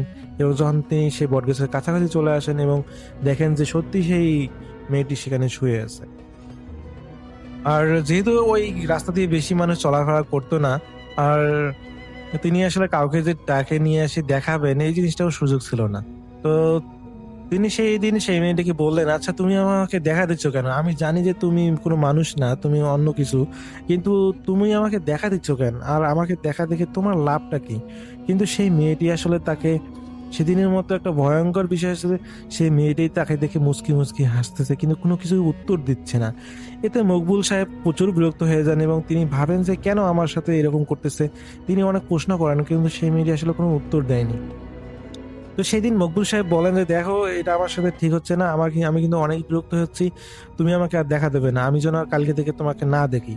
তো এটা থ্রেট দিয়ে মকবুল সাহেব তার খেতে যান এবং খেতে কাজ শেষ করার পর তিনি যখন বাসায় ফিরবেন সেই বটগাছের নিচ দিয়ে, তখন তিনি দেখেন যে মেয়েটা সেখানেই রয়েছে, সেই একইভাবে শুয়ে আছে এবং তার দিকে তাকিয়ে আজকে মুচকি মুচকি হাসতেছে। তো মকবুল সাহেব যেহেতু সন্ধ্যা হয়েছে তিনি চিন্তা করেন যে না, এখানে থাকা নিরাপদ নয়, তিনি বাসায় চলে যান এবং বাসায় গিয়ে তার স্ত্রীকে সমস্ত ঘটনাগুলো শেয়ার করার পরবর্তীতে তিনি যখন রাতের বেলা হলো তার বন্ধুদের সাথে আড্ডায় যান, মানে ঘোরাফেরা করার জন্য বা বাজারে যান, তখন তিনি তার কয়েকটা বন্ধুকে শেয়ার করেন যে আমার সাথে কয়েকদিন ধরে এই ধরনের সমস্যাগুলো হচ্ছে। একটা হলো মেয়ে বা এটা একটা মেয়ে জিন, সে আমাকে দেখা দিচ্ছে, আমি অনেক কিছু বলেছি, মানা করেছি, তারপর সে শুনতেছে না, এখন কি করা যায়? তো তার বন্ধুরা তাকে বলল যে তুই একটা কাজ করতে পারিস, তুই ওই সেই মেয়েটার একটা চুল কেটে নিয়ে আসবি। তো এই চুলটা কেটে নিয়ে আসলে সেই মেয়েটা তোরা কখনো দেখা দেবে না এবং সে ভয় পেয়ে সে আর তোর সামনে আসবে না। তো মকবুল সাহেব চিন্তা করলো যে হ্যাঁ, এরকম কিছু একটা করতে হবে আমাকে। তো তার পরের দিন তিনি তার গরুগুলো নিয়ে সেই খেতে যান এবং খেতে যাওয়ার পর দুপুর পর্যন্ত কাজ করেন, যে তিনি আজকে দেখতেছেন সে সেখানে দেখা যাচ্ছে না। তো তিনি যখন 3টার পরে, বিশেষ করে তিনি যখন ভাবলেন যে এখন তো প্রায় দুপুর গড়িয়ে বিকেল হয়ে আসছে, তো তিনি যখন দেখেন যে সেই গাছটার দিকে, সেই সময় তিনি সেই মেয়েটাকে দেখতে পান। এতদিন তিনি হলো দুপুরের পরে দেখতে পেয়েছিলেন, আজকে বিকেলের পরে তিনি দেখতে পাচ্ছেন সেই মেয়েটাকে। এবং তিনি যখন দেখতে পেলেন এবং তিনি সেদিন কাছাকাছি গেলেন না, এবং তিনি চিন্তা করলেন আজকে কাজ শেষ করে আজকে এর খবর ধরাবো, আজকে যা হবে আর দেখা যাবে। তো তিনি আসলে সেদিনের মতো কাছাকাছি আসলেন না এবং তিনি সারাদিন তার খেতে কাজ করলেন এবং কাজ শেষে তিনি তার গরুগুলোকে ছেড়ে দিলেন। এবং গরুগুলো যেহেতু প্রতিদিন সে একই রাস্তায় মানে যায় এবং আসে, তো তারা সেই গরুগুলো কিন্তু রাস্তা চিনে, তো সেই গরুগুলো বাসায় চলে যায় এবং তিনি সেই বটগাছের নিচে আসেন এবং সেই মেয়েটিকে অনেক প্রশ্ন করেন যে দেখো, তোমাকে আমি বলেছিলাম যে তুমি আমাকে আর দেখা দেবে না, কিন্তু তুমি আমার কথা শুনতেছো না, এটা ঠিক না, এটা আমি অনেক বিরক্ত হচ্ছি, আমি চাই না তুমি আমাকে দেখা দাও। কিন্তু সেই মেয়েটা কিছুই বলে না, সে মুচকি মুচকি হাসে, তাকে দেখে, মকবুল সাহেবকে দেখে মুচকি মুচকি হাসে। তো এটাতে মকবুল সাহেব খুবই বিরক্ত হন এবং তিনি সেই চুলগুলো ছেঁড়ার জন্য সেই চুলগুলোর মধ্যে ঝাঁপিয়ে পড়েন এবং চুলগুলো ধরে নটকি করতে থাকেন। আমি ইতিমধ্যে বলেছি যে সেই মেয়েটা সেই ডালের মধ্যে শুয়ে থেকে তার চুলগুলো মাটির উপরিভাগ পর্যন্ত ছেড়ে দিয়ে শুয়ে শুয়ে থাকে। তো মকবুল সাহেব সেই চুলগুলো নিয়ে এত টানাটানি করতেছেন, এত কিছু করতেছেন, তিনি একটা চুলও কাটতে পারতেছেন না। তিনি এতটাই অবাক হয়ে যান যে এটা কিভাবে সম্ভব, একটা চুলও তিনি ছেড়তে পারতেছেন না, চুলগুলো এত পরিমাণ শক্ত। তিনি সেই সময় তার কাছে একটা কাঁচি ছিল, ধান কাটা যে কাঁচিগুলো, সেই ধরনের একটা কাঁচি ছিল। তো তিনি সেই কাঁচি দিয়ে, তার কাছে থাকা কাঁচি দিয়েও চেষ্টা করেন কাটার জন্য, কিন্তু কোনোভাবেই তিনি কাটতে পারতেছেন না। তিনি এতটাই অবাক হলেন যে এটা কিভাবে সম্ভব, একটা চুলও তিনি কাটতে পারলেন না। অনেক ধস্তাধস্তি করার পর তিনি যখন চুলগুলো কাটতে ব্যর্থ হলেন, তিনি সেই চুলগুলো ছেড়ে তিনি বাসার দিকে রওনা দিচ্ছিলেন।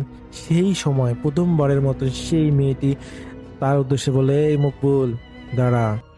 তো মকবুল হলো পিছনে তাকালো এবং দেখলো যে সেই মেয়েটি কথা বলতেছে, তুই আজকে যা কিছু করলি এটা ভালো করলি না, আমি কি তোর কোনো ক্ষতি করেছি? আমি শুধু তোর দেখা দিয়েছি, আর দেখা করে দিয়েছি বলে কি তুই আমার সাথে এরকম ব্যবহার করবি? এর শাস্তি তোকে পেতেই হবে, মনে রাখিস আজকের রাত তো শেষ রাত। তো এটা বলে সেই মেয়েটি হলো মকবুল সাহেবকে দেখে হাসতেছে। তো মকবুল সাহেব এটা শুনে এতটাই ভয় পেয়ে যান এবং তিনি দ্রুত বাসায় চলে আসেন। বাসায় আসার পর গোসল পরে তিনি অনুভব করেন যে তার শরীরে তার শরীরটা অনেক গরম হয়ে যাচ্ছে এবং একসময় তার শরীরে প্রচন্ড জ্বর আসে। জ্বর আসার পরে তার স্ত্রীকে তিনি বলেন যে আমাকে হলো কম্বল দাও, খেতে দাও, আমার প্রচুর ঠান্ডা লাগতেছে, আমার শরীরে প্রচন্ড জ্বর আসতেছে মনে হচ্ছে।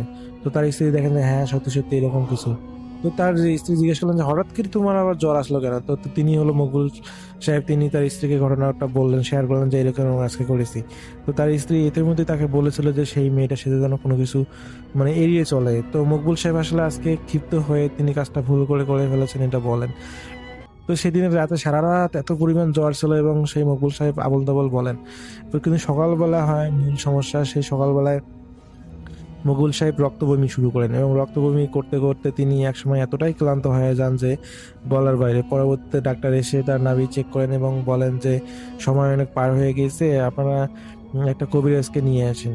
কবিরাজ দিয়ে দেখান যে কি অবস্থা। পরবর্তীতে তার হলো স্ত্রী তার পরিবারের লোকজনদের সাথে যোগাযোগ করে এবং একজন কবিরাজকে নিয়ে আসেন এবং কবিরাজ বলেন যে অনেক দেরি হয়ে গেছে, আপনাদের রোগীকে আর বাঁচানো সম্ভব না। সেই রোগীটা আপনার সেই মকবুল সাহেবের ভিতরে যে হৃৎপিণ্ড বা আদার্স যে জিনিসগুলো আছে এগুলোর মধ্যে খুবই নাড়াচাড়া করে বা চেপে ধরে সবকিছু বিনষ্ট করার চেষ্টা করতেছে, এটা এনাকে আর বাঁচানো সম্ভব না।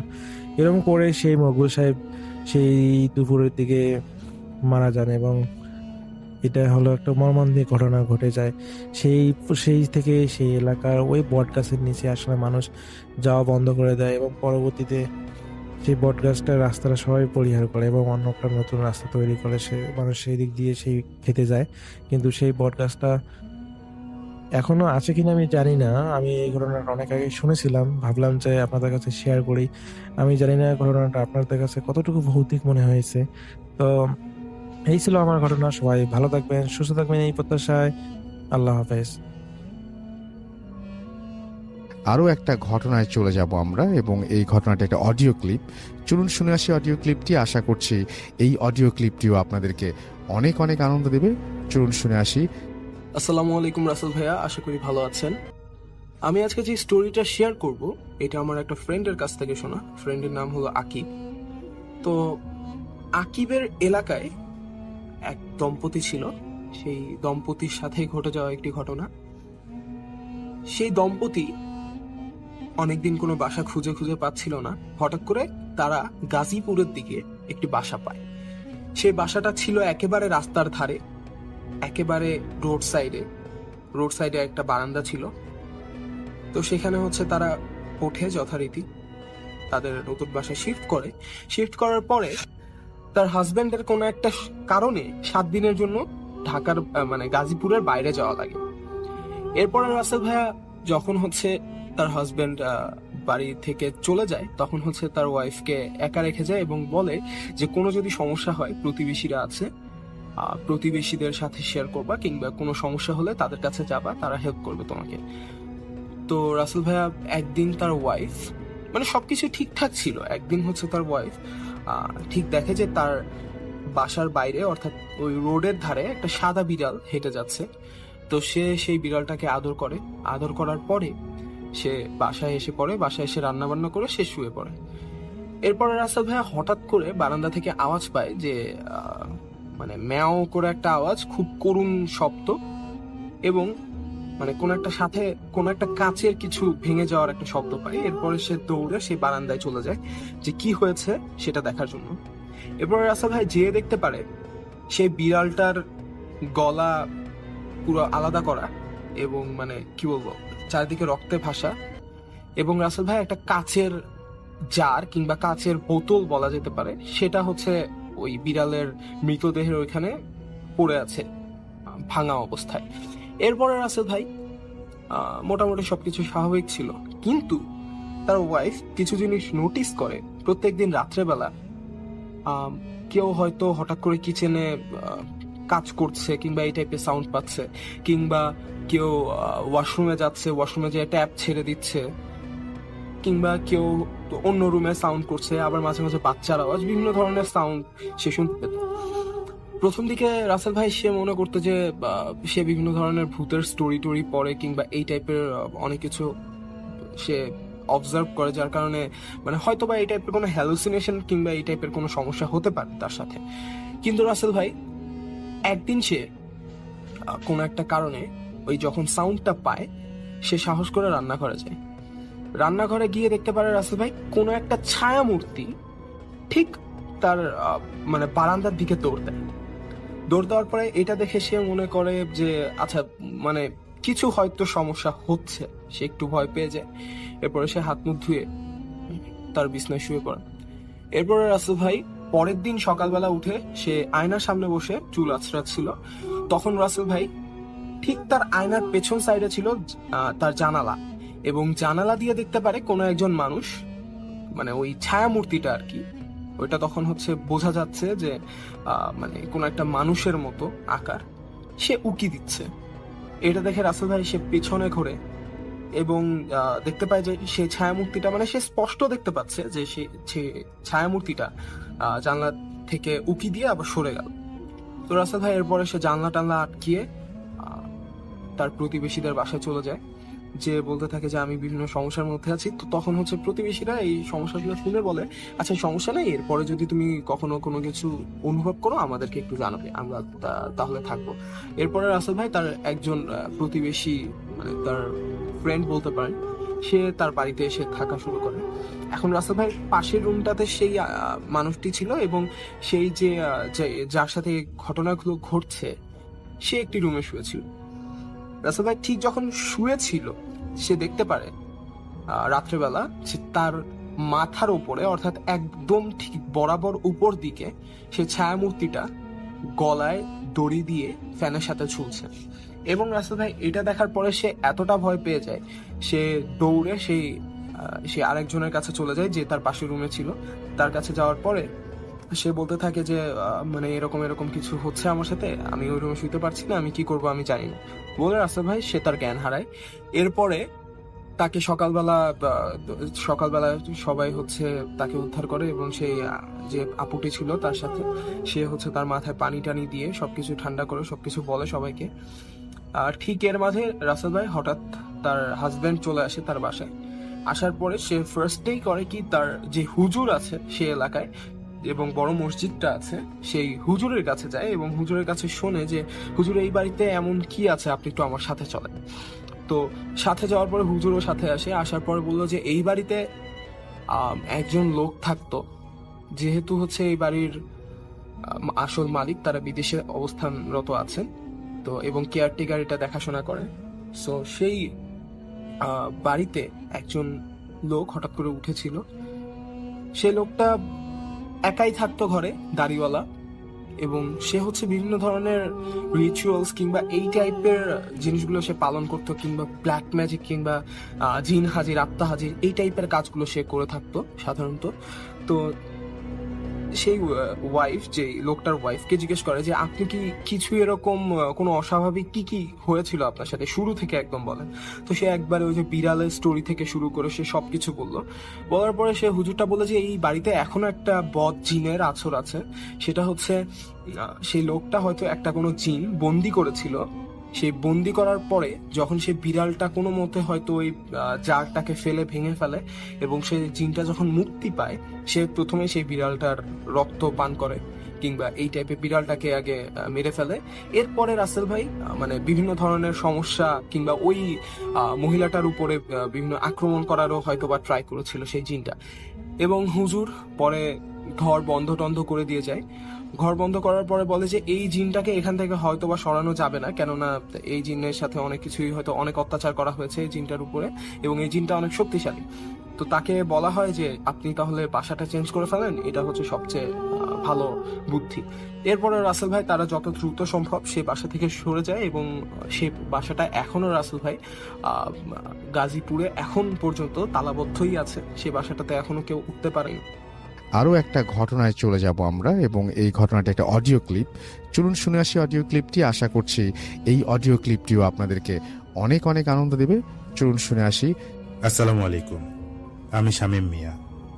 আমি আজ যে ঘটনাটা শেয়ার করব তা ঘটেছে স্কুল পড়ুয়া এক ছাত্রের সাথে। তার নাম আশিক। হায়দার হুজুর সবেমাত্র লেখাপড়া শেষ করে গাজীপুরের একটা মসজিদে ইমাম হিসেবে নবনিযুক্ত হন। তখনও তাকে কেউ ভালোভাবে চেনেন না। একবার একটা কাজ আসে তার কাছে, কিন্তু তারা হুজুরের বলে দেয়া নিয়ম মানেনি, ফলে তারা আবারও সেই সমস্যায় পড়েন। সেই ঘটনাটা কাসর ভাই আমাদের শেয়ার করেছেন। এখানে ঘটনাটা ডিটেলস আলোচনা হয়েছে। তিনি আশিকের কথা শুনেছেন এবং আশিকের বাবা মার কাছেও ঘটনাগুলি শুনেছেন। তো কাসর ভাই আমার সঙ্গে যেভাবে শেয়ার করেছে আমি ওভাবেই শেয়ার করছি। আশিক স্কুলে প্রায় অন্য ছাত্রছাত্রীদের সঙ্গে ঝগড়া করে। আজকে তো একজনকে ধরে মেরেছে। সে এবার এসএসসি পরীক্ষা দিবে। সে এতটাই দুরন্ত যে কোনো কিছুতেই সে স্থির থাকে না। আশিকের বাবা একজন বাস ড্রাইভার। সে স্কুলে মারামারি করার জন্য আজকে তার বাবাকে ডেকে নিয়ে আশিককে লাস্ট ওয়ার্নিং দেয়া হয়েছে। ঠিক সেদিন সন্ধ্যায় তার বাবার পকেট থেকে টাকা চুরি করে আশিক সিনেমা হলে গিয়ে সিনেমা দেখেছে।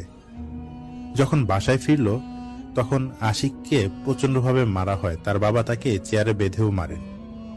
তখন পাশের বাসায় একজন প্রতিবেশী আন্টি এসে আর আশিকের মা তার বাবাকে থামায়। সেই প্রতিবেশী ফিরে যাবার এক পর্যায়ে আশিকের মাকে বলে যে অনেক সময় এই বয়সের ছেলে মেয়েদের জিনে আসর করে, যার ফলে এমন বিগড়ে যায়। কারো কথা শোনে না, ঠিকমতো লেখাপড়া করে না, সবার সাথেই বেয়াদবি করে। এই সবগুলো স্বভাব এখন আশিকের মাঝে আছে। সেই মহিলা যাবার সময় একজন কবিরাজের কথা বলেন যে কিনা এমন সমস্যার সমাধান করে থাকেন। তো মার খেয়ে পরের দিন আশিক প্রচন্ড জ্বর নিয়ে স্কুলে যায়। সেদিন কারোর সাথে তার বাজাবাজি হয় না। হঠাৎ করেই আশিক চুপচাপ হয়ে যায়। তো গতবার স্কুলে যে ছেলেকে মেরেছিল সেই ছেলে আজ তার গ্যাং নিয়ে আবার আশিককে ফিরতি মার মেরেছে। আজ তাকে স্কুলের বাইরে মেরেছে আশিককে। বাসে যখন ও ফিরে আসে তখন ওর গায়ে প্রচন্ড জ্বর। পরের দিন তার মা ঠিক করে যে আশিককে সেই কবিরাজ দেখাবে, সত্যি তার সাথে কোনো খারাপ জিন বা শয়তান আছে কিনা যার জন্য এরকম গাঁটছড়া হয়ে যাচ্ছে, এর জন্য সেই কবিরাজের কাছে যাবে। তো সেই আন্টিকে সাথে নিয়ে আশিককে সেই কবিরাজের কাছে যায়। কবিরাজ সবকিছু শোনার পরে বলে যে হ্যাঁ, এই ছেলের সাথে তো একটা খারাপ জিনের আসর আছে, একে এখন চিকিৎসা না দিলে ভবিষ্যতে অবস্থা আরো খারাপ হবে।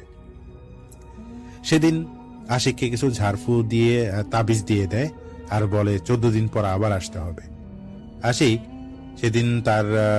আশিককে যেদিন তার বাবা বেঁধে মেরেছিল সেদিন থেকে আশিক শান্ত হয়ে গিয়েছিল। আজ যখন স্কুলে গেল সে শান্তই ছিল, চুপচাপ একা। তার সাথে আগে থেকেও কেউ তেমন একটা মিশতো না। তো সেদিন টিফিনের সময় আশিক বাসায় না গিয়ে স্কুলের ক্যান্টিনে খেয়ে নেয়। সে দেখে তার ক্লাসমেট একটা মেয়ে নীলা, সে চিৎকার চেঁচামেচি করছে। আর ক্লাস শুরু হবার পর বিনা কারণে সেই ছেলে যাকে আশিক মেরেছিল সেই ছেলে আর তার বন্ধুরা আশিকের কথা বলে যে নীলার ব্যাগ থেকে একটা গলার চেন চুরি করেছে। তো আশিকের বাবাকে আবার ডাকা হয়। যদিও চেন পাওয়া যায়নি, তবুও সেদিন আশিককে স্কুল থেকে বের করে দেয়া হয়। তার বাবা আশিককে বাসায় নিয়ে আসে আজ। আর আশিক তার বাবা আশিককে আর মারে না। সে তার বাবাকে বলে যে সে চুরি করে নাই। তার বাবা বলে যে আমি তোমাকে নিয়ে এখন আর কিছু চিন্তা করি না, তোমাকে নিয়ে আমি আসলে খুশি না। তো এটা শুনে আশিকের অত্যন্ত মন খারাপ হয়। সেদিন নিজ থেকেই তার মাকে বলে যে আমাকে আবার ওই কবিরাজের কাছে নিয়ে যাও। আশিক নিজেও বিশ্বাস করতে থাকে যে তার সাথে হয়তো একটা খারাপ কিছু আছে যার জন্য সবকিছু খারাপই হয়।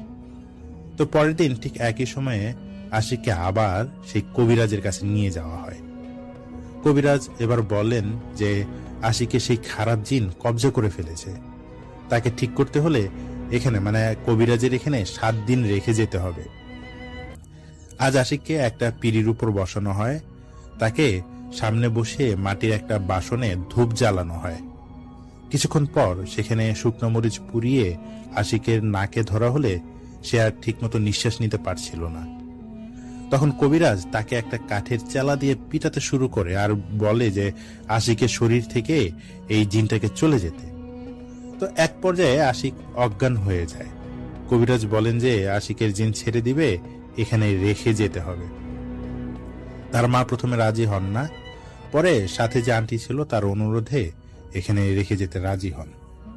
তখন কবিরাজ তাদের কাছে এই 7 দিনের খরচাপাতি রেখে দেন। সন্ধ্যার দিকে যখন একটু পর যখন আশিকের জ্ঞান ফেরে, সে তার মাকে বলে যে তার কিছুই হয়নি, এই কবিরাজ আসলে ভালো না, তাকে যেন বাসায় ফেরত নিয়ে যায়। তখন কবিরাজ ধমক দেয় আর তার চিৎকার আর ঝাড়ফুঁকের বেগে পড়ে তার মা আশিককে রেখে চলে আসে সেদিন। তো ওখানে আশিককে বেঁধে রাখা হয়, বিভিন্নভাবে যন্ত্রণা করা হয়, তাকে বলতে বলা হয় যে এখন সে সম্পূর্ণ সুস্থ স্বাভাবিক। 2 দিন এমন করে যায়। 3 দিনের দিন আশিক সেই কবিরাজের বাসা থেকে পালিয়ে নিজ বাসায় চলে আসে।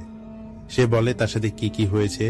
এই 2 দিন তাকে একবেলা খাবার খেতে দিয়েছে, কথা না শুনলেই মার খেতে হয়েছে অনেক। আশিক এখন কোনো স্কুলে ছিল না। তো তাকে যখন নতুন স্কুলে ভর্তি করে দিয়েছে, এই স্কুলে সে শান্তভাবেই ছিল।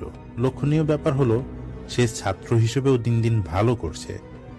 তো বছরের শেষ দিকে ভর্তি হয়ে এখন সে ভালো ছাত্র হিসেবে পরিচিতি পেয়েছে। সে টেস্ট পরীক্ষায় খুব ভালো রেজাল্ট করেছে।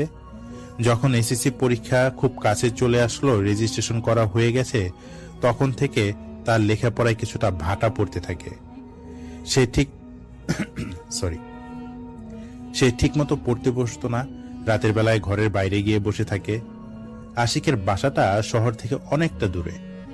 তাদের উঠানে একটা পুরাতন কুয়া আছে, উপরটা লোহার জালি দিয়ে আটকানো থাকে আর সে রাতের বেশিরভাগ সময় কুয়াতলেই বসে থাকে। মাঝে মাঝে তার মা দেখে যে কুয়ার দিকে ঝুঁকে এসে এমনভাবে কথা বলে যেন কেউ নিচ থেকে তার কথার উত্তর দিচ্ছে। ধীরে ধীরে লেখাপড়া থেকে তার মন উঠে যায়, পরীক্ষাও চলে আসে এই সময়। তো একদিন সন্ধ্যায় তার বাবা বাস চালিয়ে গ্যারেজে বাস রাখতে যাচ্ছিল, তখন সে দেখে যে গ্যারেজের পাশে একটা পরিত্যক্ত একতলা বিল্ডিং, তার ভেতরে ঢুকে বারান্দায় দাঁড়িয়ে ধূমপান করছে আশিক। সে পুরনো একটা ফতুয়া পরা। হঠাৎ তার বাবার সাথে চোখাচোখি হয় আশিকের। আশিক কোনো ভ্রুক্ষেপ না করে তার বাবার চোখের দিকে তাকিয়েই আবারও সিগারেটে একটা টান দিয়ে ধোঁয়া ছাড়তে থাকে। তার বাবার রাগার কন্ট্রোল থাকে না। সে গ্যারেজের ছোট্ট দেয়াল টপকে সেই পরিত্যক্ত বাড়ির দিকে যাচ্ছে। দেয়াল টপকে যখন নিচে নামে, তার বাবার ভাঙা কাচের বোতলে পা লেগে অনেকখানি পা কেটে যায়। সে দেখে আশিকের পাশে দাঁড়িয়ে আছে আশিকের ছোট চাচা, মানে আশিকের বাবার ছোট ভাই। সেও সিগারেট খাচ্ছে। তাকে আসতে দেখে দুজন দৌড়ে পালিয়ে যায়। সে একতলা বাড়িতে ছেড়ে পালিয়ে যায়। তো আশিকের বাবা ঘন্টাখানেক পর বাড়িতে আসে, তার পায়ে ব্যান্ডেজ নিয়ে। তার গ্যারেজের অন্য একটা গাড়ি তাকে নামিয়ে দিয়ে যায়। বাড়িতে এসে দেখে আশিক লাল রঙের একটা ফতুয়া পরে সেই কুয়ার দিকে ঝুঁকে আছে। আর আশিকের বাবা সাথে সাথে আশিকের চুলের মুঠি ধরে এক টানে ফেলে দেয় উঠানে। তাকে চুলা জ্বালানোর কাঠ দিয়ে পিটাতে থাকে। তার বাবার গায়ে যেন 10 জন মানুষের শক্তি চলে আসে। সে তার নিজের ছেলেকে গরুর মতো করে পেটাতে থাকে।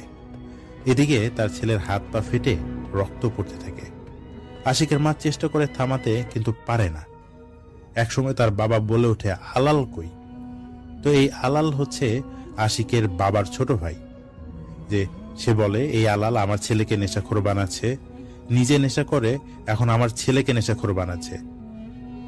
অনেকক্ষণ পর তার বাবা ধীরে ধীরে শান্ত হয়। আশিকের সারা শরীর থেকে চুয়ে চুয়ে রক্ত পড়তে থাকে। তার কোনো অনুভূতি আর কাজ করছে না। ভাবছে, আমার বাবা আমাকে জন্ম দিয়েছে আর সে আমাকে এভাবে মারলো। জেদ হয় তার মায়ের উপর। কিভাবে তার মা তাকে মার খেতে দেখলো, সে ফেরাতে পারত না।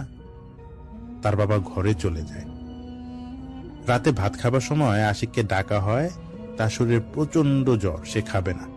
তো তার বাবা রাতে খেতে বসে, তখন যে সন্ধ্যার কথা মনে করে যে আশিক সিগারেট খাচ্ছে আর তার সাথে তার ছোট চাচাও, মানে এবার সে একটু চিন্তিত হয়ে পড়ে। ঠিক এই পরিত্যক্ত বাড়িতেই আশিকের ছোট চাচা তার বন্ধুদের সাথে আড্ডা দিত, মাঝে মাঝে নেশা করত। তার ছোট চাচার এলাকায় দুর্নাম ছিল। ঠিক এই পরিত্যক্ত বাড়িটিতেই তার ছোট ভাই মানে আলালের লাশ পেয়েছিল, তাও 4 বছর আগে। আজ তাহলে কাকে দেখলো? আর আশিককে যে পোশাকে দেখেছে সেই পরিত্যক্ত বাড়িতে, তো বাসায় আসার পর সেই একই মানে এই পোশাক আর ছিল না, বা আশিকের ওই পোশাক কখনোই ছিল না। আশিকের বাবা কিছু বুঝে উঠতে পারে না। সে রাতে আশিকের রুমে যায়, গিয়ে দেখে আশিক ঘুমাচ্ছে, তার গায়ে প্রচন্ড জ্বর। আশিকের বাবার খুব মন খারাপ হয়। তার ছেলের এমন রক্তাক্ত শরীর দেখে নিজেকে সান্ত্বনা দিতে পারছিল না। সে রাতেই কাটা পানিয়ে বের হয়, খুঁজে খুঁজে বাজার থেকে জিলাপি কিনে নিয়ে আসে। নরম জিলাপি আশিকের খুব প্রিয়। তিনি আশিকের মাথার পাশে জিলাপি রেখে তার পাশেই তিনিও ঘুমিয়ে যান। যখন ভোর হয়, তার ঘুম ভাঙে, সে দেখে আশিক বিছানায় নেই। আসলে আশিক ভোরে ঘুম ভাঙার পর সে বাড়ি ছেড়ে চলে যায়। কিছুদিন তার কাছে জমানো টাকা দিয়ে চলে। যখন টাকা শেষ হয়ে যায়, তখন কি করবে তা ভাবতে থাকে। এখন সে বুড়িগঙ্গার আশেপাশে থাকে। সে দেখে তার সামনে দিয়ে ড্রেজারের বালি নিয়ে যায় ছোট ছোট ট্রলারগুলো। আশিক যেখানে থাকে তার পাশেই এই ট্রলারগুলো রাতে রাখা হয়। আশিক তাদের একজনের সাথে কথা বলে তাকে একটা কাজে দিতে বলে এখানে। তাকে একদিন পর থেকে কাজে নিয়ে নেয়। সে ঠিক করে যে আর কোনোদিনই বাসায় ফিরে যাবে না। আশিক এখানে রেগুলার কাজ শুরু করে। একদিন সকাল থেকে প্রচুর বৃষ্টি শুরু হয়। সব কাজ বন্ধ, সারাদিন আকাশ মেঘলা, চারপাশ অন্ধকার। তো এমন সময় আশিক আর তার সমবয়সী একটা ছেলে, তার নাম কেরামত, তারা যেখানে থাকতো সেখানে নালার মতো ছোট ছোট খাদ ছিল। ওখানে ব্যাঙ জমা হয়েছিল। তারা সেখান থেকে ব্যাঙ ধরে নিয়ে আসে 20টার মতো। ওগুলোর 2টা করে পা কেটে বাকিটা ফেলে দেয়। তারা পা রান্না করে খাবে। তো সব গুছাতে গুছাতে সন্ধ্যা হয়ে যায়। রাতে যখন রান্না বসাবে তখন তাদের যে ম্যানেজার থাকে সে সবাইকে বলে যে একটা ইমার্জেন্সি কাজ আছে, রাতে 1 ট্রলার বালি দিতে হবে, এতে করে তাদের ডাবল টাকা দিবে। সবাই রাজি হয়ে যায় কাজে যাবার জন্য। আশিকার কেরামত সেই ট্রলারের ইঞ্জিনের রুমেই রান্না শুরু করে দেয়। ছোট্ট রান্নার জায়গা আছে ওখানে। রাত 9টার দিকে তারা রওনা করে। তো সেদিন তারা ব্যাঙের মাংস আর খিচুড়ি রান্না করে। খাবার শেষ হতেই বাকি খাবার ঢেকে রেখে তারা খাবার দাবার শেষ, বাকি খাবার ঢেকে রেখে তারা বালি উঠাতে ব্যস্ত হয়ে যায় ট্রলারে। তাদের ট্রলারটা ভালোই বড়, এক পাশে 2-3 জন ঘুমানোর জায়গা আছে। তারা বালি সমানভাবে ট্রলারের চারপাশে ভরে নিচ্ছে। এভাবে রাত 11:30 তখন বালি তো পূর্ণ হয়ে যায় ট্রলার। সবকিছু শেষ করে 12টার দিকে আবার ফিরে আসার জন্য তারা যাত্রা করে। সারাদিন বৃষ্টি আর ঠান্ডা বাতাস, পরিবেশটা অন্যরকম হয়ে গেছে। 6 জনের মধ্যে 3 জন ইঞ্জিন রুমের ভেতর ঢুকে গেছে। ওস্তাদ তিনি ট্রলার চালাচ্ছে আর তার সাথে বসে আছে কেরামত আর আশিক। তো কিছুক্ষণ পর কেরামত বিশ্রামের জন্য নিচে চলে গেল আর ঝিরিঝিরি বৃষ্টি পড়ছে। ঢেউ উঠে গেছে নদীতে। এভাবে 2 ঘন্টার মতো আরো লাগবে যেখানে বালি দিবে সেখানে যেতে। বৃষ্টির বেগ বেড়ে যায়। ওস্তাদের কষ্ট হচ্ছে দিক ঠিক রাখতে। টর্চের আলোতে যতটুকু দেখা যায় আর বাকিটুকু অনুমান করে যাচ্ছে। এভাবে ঘন্টাখানেক কাটার পর বৃষ্টি কমে যায়। এবার তারা লক্ষ্য করলো তারা মাঝ নদীতেই আছে, কিন্তু তারা যে পথে এসেছিল তার 2 পাশে ইট ভাটার লাইট ছিল, শহরের লাইট ছিল, আর শেষের দিকটা গ্রামের দূরের বাতিও দেখা যেত। তো এখন কিচ্ছু দেখা যাচ্ছে না। যতদূর চোখ যায় শুধু পানি আর পানি। মাঝে মাঝে বিদ্যুৎ চমকায়, তখনও 2 ধারে কিছু দেখতে পায় না। ওস্তাদ আশিককে বলে, কি হলো, কিছুই তো বুঝতেছি না। ঠান্ডা পরিবেশে ইঞ্জিন রুমের ভেতরে সবাই ঘুমিয়ে গেছে। তো কিছুক্ষণ পর দেখে দূরে একটা টর্চ লাইট, সেই আলো তাদের ট্রলারের বরাবর ফেলছে আর ইশারা করছে সেদিকে যাবার জন্য। তারা ভাবে যে কোনো সমস্যা হয়তো হয়েছে, তারা ট্রলারটা ঘুরিয়ে ওদিকে যাচ্ছে। তো কিছুক্ষণ পর তারা দেখে যে এটা একটা ছোট্ট মাছ ধরার নৌকা। ছাউনির উপর একটা টর্চ লাইট রাখা, ওটাই নাড়াচড়া করছে। নৌকায় অন্য কেউ নেই। চারপাশে লাইট মেরে দেখে যে কোথাও কেউ নেই। হঠাৎ তাদের চোখ যায় নৌকা থেকে একটু দূরে কচুরিপানা ভাসছে। ওখানে তারা দেখে মানুষের মতো কিছু একটা ভাসছে। ওখানে লাইট মারতেই দেখে একজনের লাশ ভাসছে পানিতে। বুঝে যাচ্ছে এটা জেলের লাশ। মাছ লাশের অর্ধেকটা খেয়ে ফেলছে। ওস্তাদ তাড়াতাড়ি ট্রলার ঘুরিয়ে ফুল স্পিডে ছেড়ে আগের জায়গায় আসতে থাকে। তো এমন সময় হয় কি, চারপাশ থেকে তাদের ট্রলারে ঢিল ছুটতে থাকে কেউ। সেই ঢিল এখন বৃষ্টির মতো পড়ছে ট্রলারের আশেপাশে এবং ট্রলারের উপরও কিছু পড়ছে। কিন্তু তারা লাইট মেরে দেখে যে কোথাও ঢিল নেই, কাদাও নেই, কিছুই নেই, কিন্তু ঢিলের শব্দ হচ্ছে। 2 জন খুব ভয় পেয়ে যায়।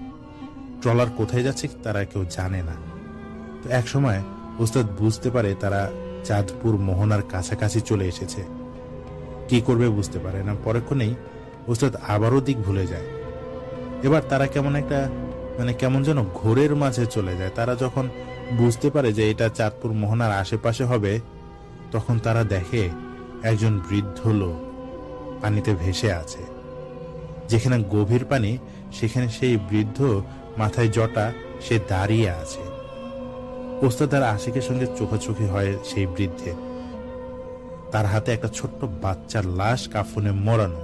বৃদ্ধটি হাতের ইশারায় সেই লাশ তাদের সাথে নিয়ে যেতে বলে।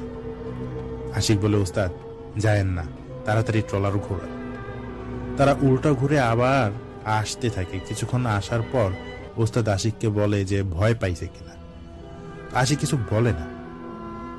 ওস্তাদ পকেট থেকে বিড়ি বের করে সে যখন ধরাবে, তখন হঠাৎ করে যেন, এখন তো বৃষ্টির আবহাওয়া, এর মাঝেই কেমন যেন একটা ঘন কুয়াশা, ভারী কুয়াশায় চারদিকটা ভরে যায় আর চারপাশ থেকে ফিস ফিস ফিস শব্দ হতে থাকে। তখন ওস্তাদ দেখে যে তার কাছে লাইটার নেই। সে আশিককে বলে যে ভেতরে গিয়ে লাইটারটা নিয়ে আসতে। সরি, এই লাইটারটা নিয়ে আসতে বলে যে এই সময় আগুনটা খুব দরকার। তো আশিক এমন পরিবেশ দেখে ভয় পেয়ে যায়। এমনটা তার জীবনে আজই প্রথম ঘটেছে। তো ওস্তাদের ধমকে সে ইঞ্জিন রুমের ভেতরে যায় ম্যাচ নিয়ে আসতে। সে দেখে কেরামতের পাশে ম্যাচ রাখা। আশিক ম্যাচ নিয়ে যখন ফেরত আসবে, হঠাৎ সেখানে ভেতরে ছোট্ট একটা বাথরুম থাকে, সেই ভেতরের দরজা খুলে যায় বাথরুমটায়। আশিক বের হয়ে আসছে, সেই বাথরুমের দরজা খোলা শব্দ পেয়ে পেছনে তাকায়। সে দেখে বাথরুমের মাঝে আঁটো হয়ে বসে আছে কেরামত। তার বুক থেকে কোমর পর্যন্ত সেই বাথরুমের নিচে নেমে গেছে।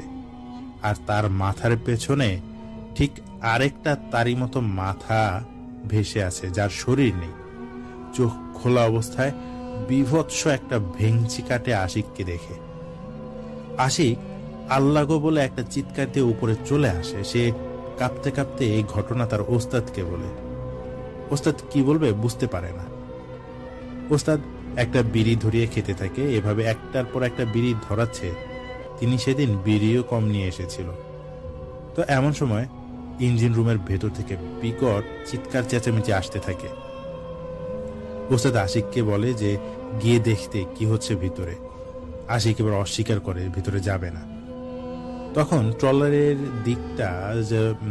দিক ঠিক রাখার জন্য যে লম্বা অংশটা থাকে, আশিককে সেই হালটা ধরতে দিয়ে টর্চ হাতে নিয়ে ওস্তাদ ভেতরে যায়। গিয়ে দেখে সবাই ঘুমিয়ে আছে, সব ঠিকঠাক আছে। সে যখন ফিরে আসবে তখন কেরামত ওস্তাদকে বলে, ওস্তাদ একটু পানি দেন। তো ওস্তাদ জগ থেকে তাকে এক গ্লাস পানি দেয়। তো পানি খাবার আগে কেরামত তাকিয়ে দেখে যে গ্লাস ভর্তি রক্ত। সে ওস্তাদকে বলে, ওস্তাদ রক্ত দিলেন? আচ্ছা, জগে তাকিয়ে দেখে যে জগ ভর্তি রক্ত, পানি নাই। তো কেরামত হাসতে হাসতে বলে, ওস্তাদ আপনি পানি দিছেন, আমি খাবো, না হলে বেয়াদবি হবে। কেরামত চুমুক দিয়ে এক গ্লাস রক্ত খেয়ে ফেললো। আর সে ওস্তাদকে বলে, আমি বেয়াদবি করি না, বেয়াদবি সহ্যও করি না। আমি ওর কাছে পানি চাইছি, দেখেন আমারে দেয় নাই। আমার উঠছে রাগ। পরে ঘাড়ের মধ্যে কোপ দিয়া মাথাটা আলাদা করে ফেলাইছি। দেখেন। তখন ওস্তাদ দেখে যে সত্যি তার আরেকজন যে কর্মী ছিল, সেই কর্মীর শরীর থেকে মাথাটা কাটা। কেরামত সেই কাটা মাথাটা তার বালিশের পাশে রেখে দিয়েছে। ওস্তাদ এবার ভয়ে পাথর হয়ে গেছে, সে নড়াচড়া করতে পারছে না। কেরামত কি বলছে কি করছে সব শুনতে পাচ্ছে, কিন্তু নড়তে পারছে না তিনি। এই পর্যায়ে কেরামত বলে, ওস্তাদ খিদা লাগছে, কড়াইয়ে খাবার আছে, দেন খাই। ওস্তাদ সোজা চোখে যা দেখলো তা হচ্ছে সেই কড়াইয়ে ব্যাঙ রান্না করা ছিল, তার মাঝে তার সেই কর্মচারীর হাতের আঙুল রাখা কবজি সহ। আর ভাতের পাতিলে খিচুড়ির পাতিলে রাখা হচ্ছে ছোট ছোট সাপের কালো বাচ্চা, কিলবিল করছে। ওস্তাদ ভাবছে যে সে কেন এগুলো দেখছে, এখনো কেন অজ্ঞান হচ্ছে না। এমন সময় ওস্তাদ শুনতে পায় উপর থেকে আশিক চিৎকার করছে। সে ওস্তাদকে ডাকছে। এখানে ওস্তাদ তো পাথর হয়ে গেছে, শক্ত, নড়াচড়া করতে পারছে না। উপরে আশিক বলছে, ওস্তাদ আমাকে বাঁচান, আমাকে মেরে ফেলছে। কেরামত তখন বলে ওঠে, এই তো হাসমত আইছে, তারে মাথাটা দেওয়ার জন্যই তো ওরে জবাই করছি, নে মাথাটা নে। এমন সময় ট্রলারটা ভীষণ জোরে দুলতে থাকে। আর ওস্তাদও কিছুটা শক্তি পায়। সে সর্বশক্তি দিয়ে উপরে চলে আসে। এসে দেখে আশিক উদ্ভ্রান্তের মতো একটা দিকে তাকিয়ে আছে। ট্রলার কোন দিকে যাচ্ছে কেউ জানে না। সে আশিককে নাড়া দেয়। আশিক ভয়ে জমে গিয়েছিল, এখন তার সম্বিত ফিরে আসে। আশিক বলে, ওস্তাদ আপনি যখন ভেতরে যান, কয়েকজন মানুষ পানির উপর দিয়ে হেঁটে আসে। তারা আশিকের দিকে একবার তাকায়, আবার পানির উপর দিয়ে হেঁটে ট্রলারের সামনের দিকে যায় যেখানে বালি রাখা। আশিক সামনে তাকিয়ে দেখে শত শত মানুষ পানির উপর দাঁড়িয়ে আছে। তাদের ভেতর থেকে কয়েকজন মানুষ একটা লাশের খাটিয়া নিয়ে পানির উপর দিয়ে হেঁটে হেঁটে তার ট্রলারের দিকে আসে। এটা দেখে আশিক ভয়ে মুষড়ে যায়। সে চাচ্ছে না এগুলো দেখুক, কিন্তু তার চোখ শরীর যেন কেউ কবজা করে ফেলছে, তাকে এগুলো দেখতেই হবে। সে এবার দেখে মানুষগুলো সেই লাশ সহ খাটিয়া ট্রলারের বালির উপর নামায়। সে লাশ এক পাশে রেখে বালি সরাতে থাকে। সবাই ট্রলারে থাকা বালি হাত দিয়ে খুঁড়তে থাকে। একটা সময় সে লাশের সমান একটা কবর হয়ে যায়। তারা কাফনে মোড়ানো লাশটা খাটিয়ার মাঝখানে বসায়, লাশের একটা পাশ খুলে দেয়।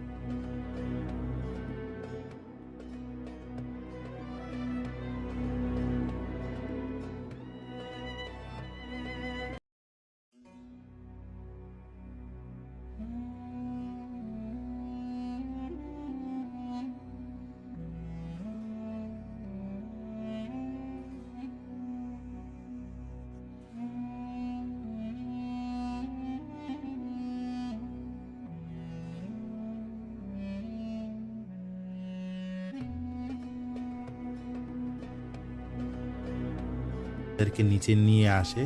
তাদের গায়ে তখন প্রচন্ড জ্বর।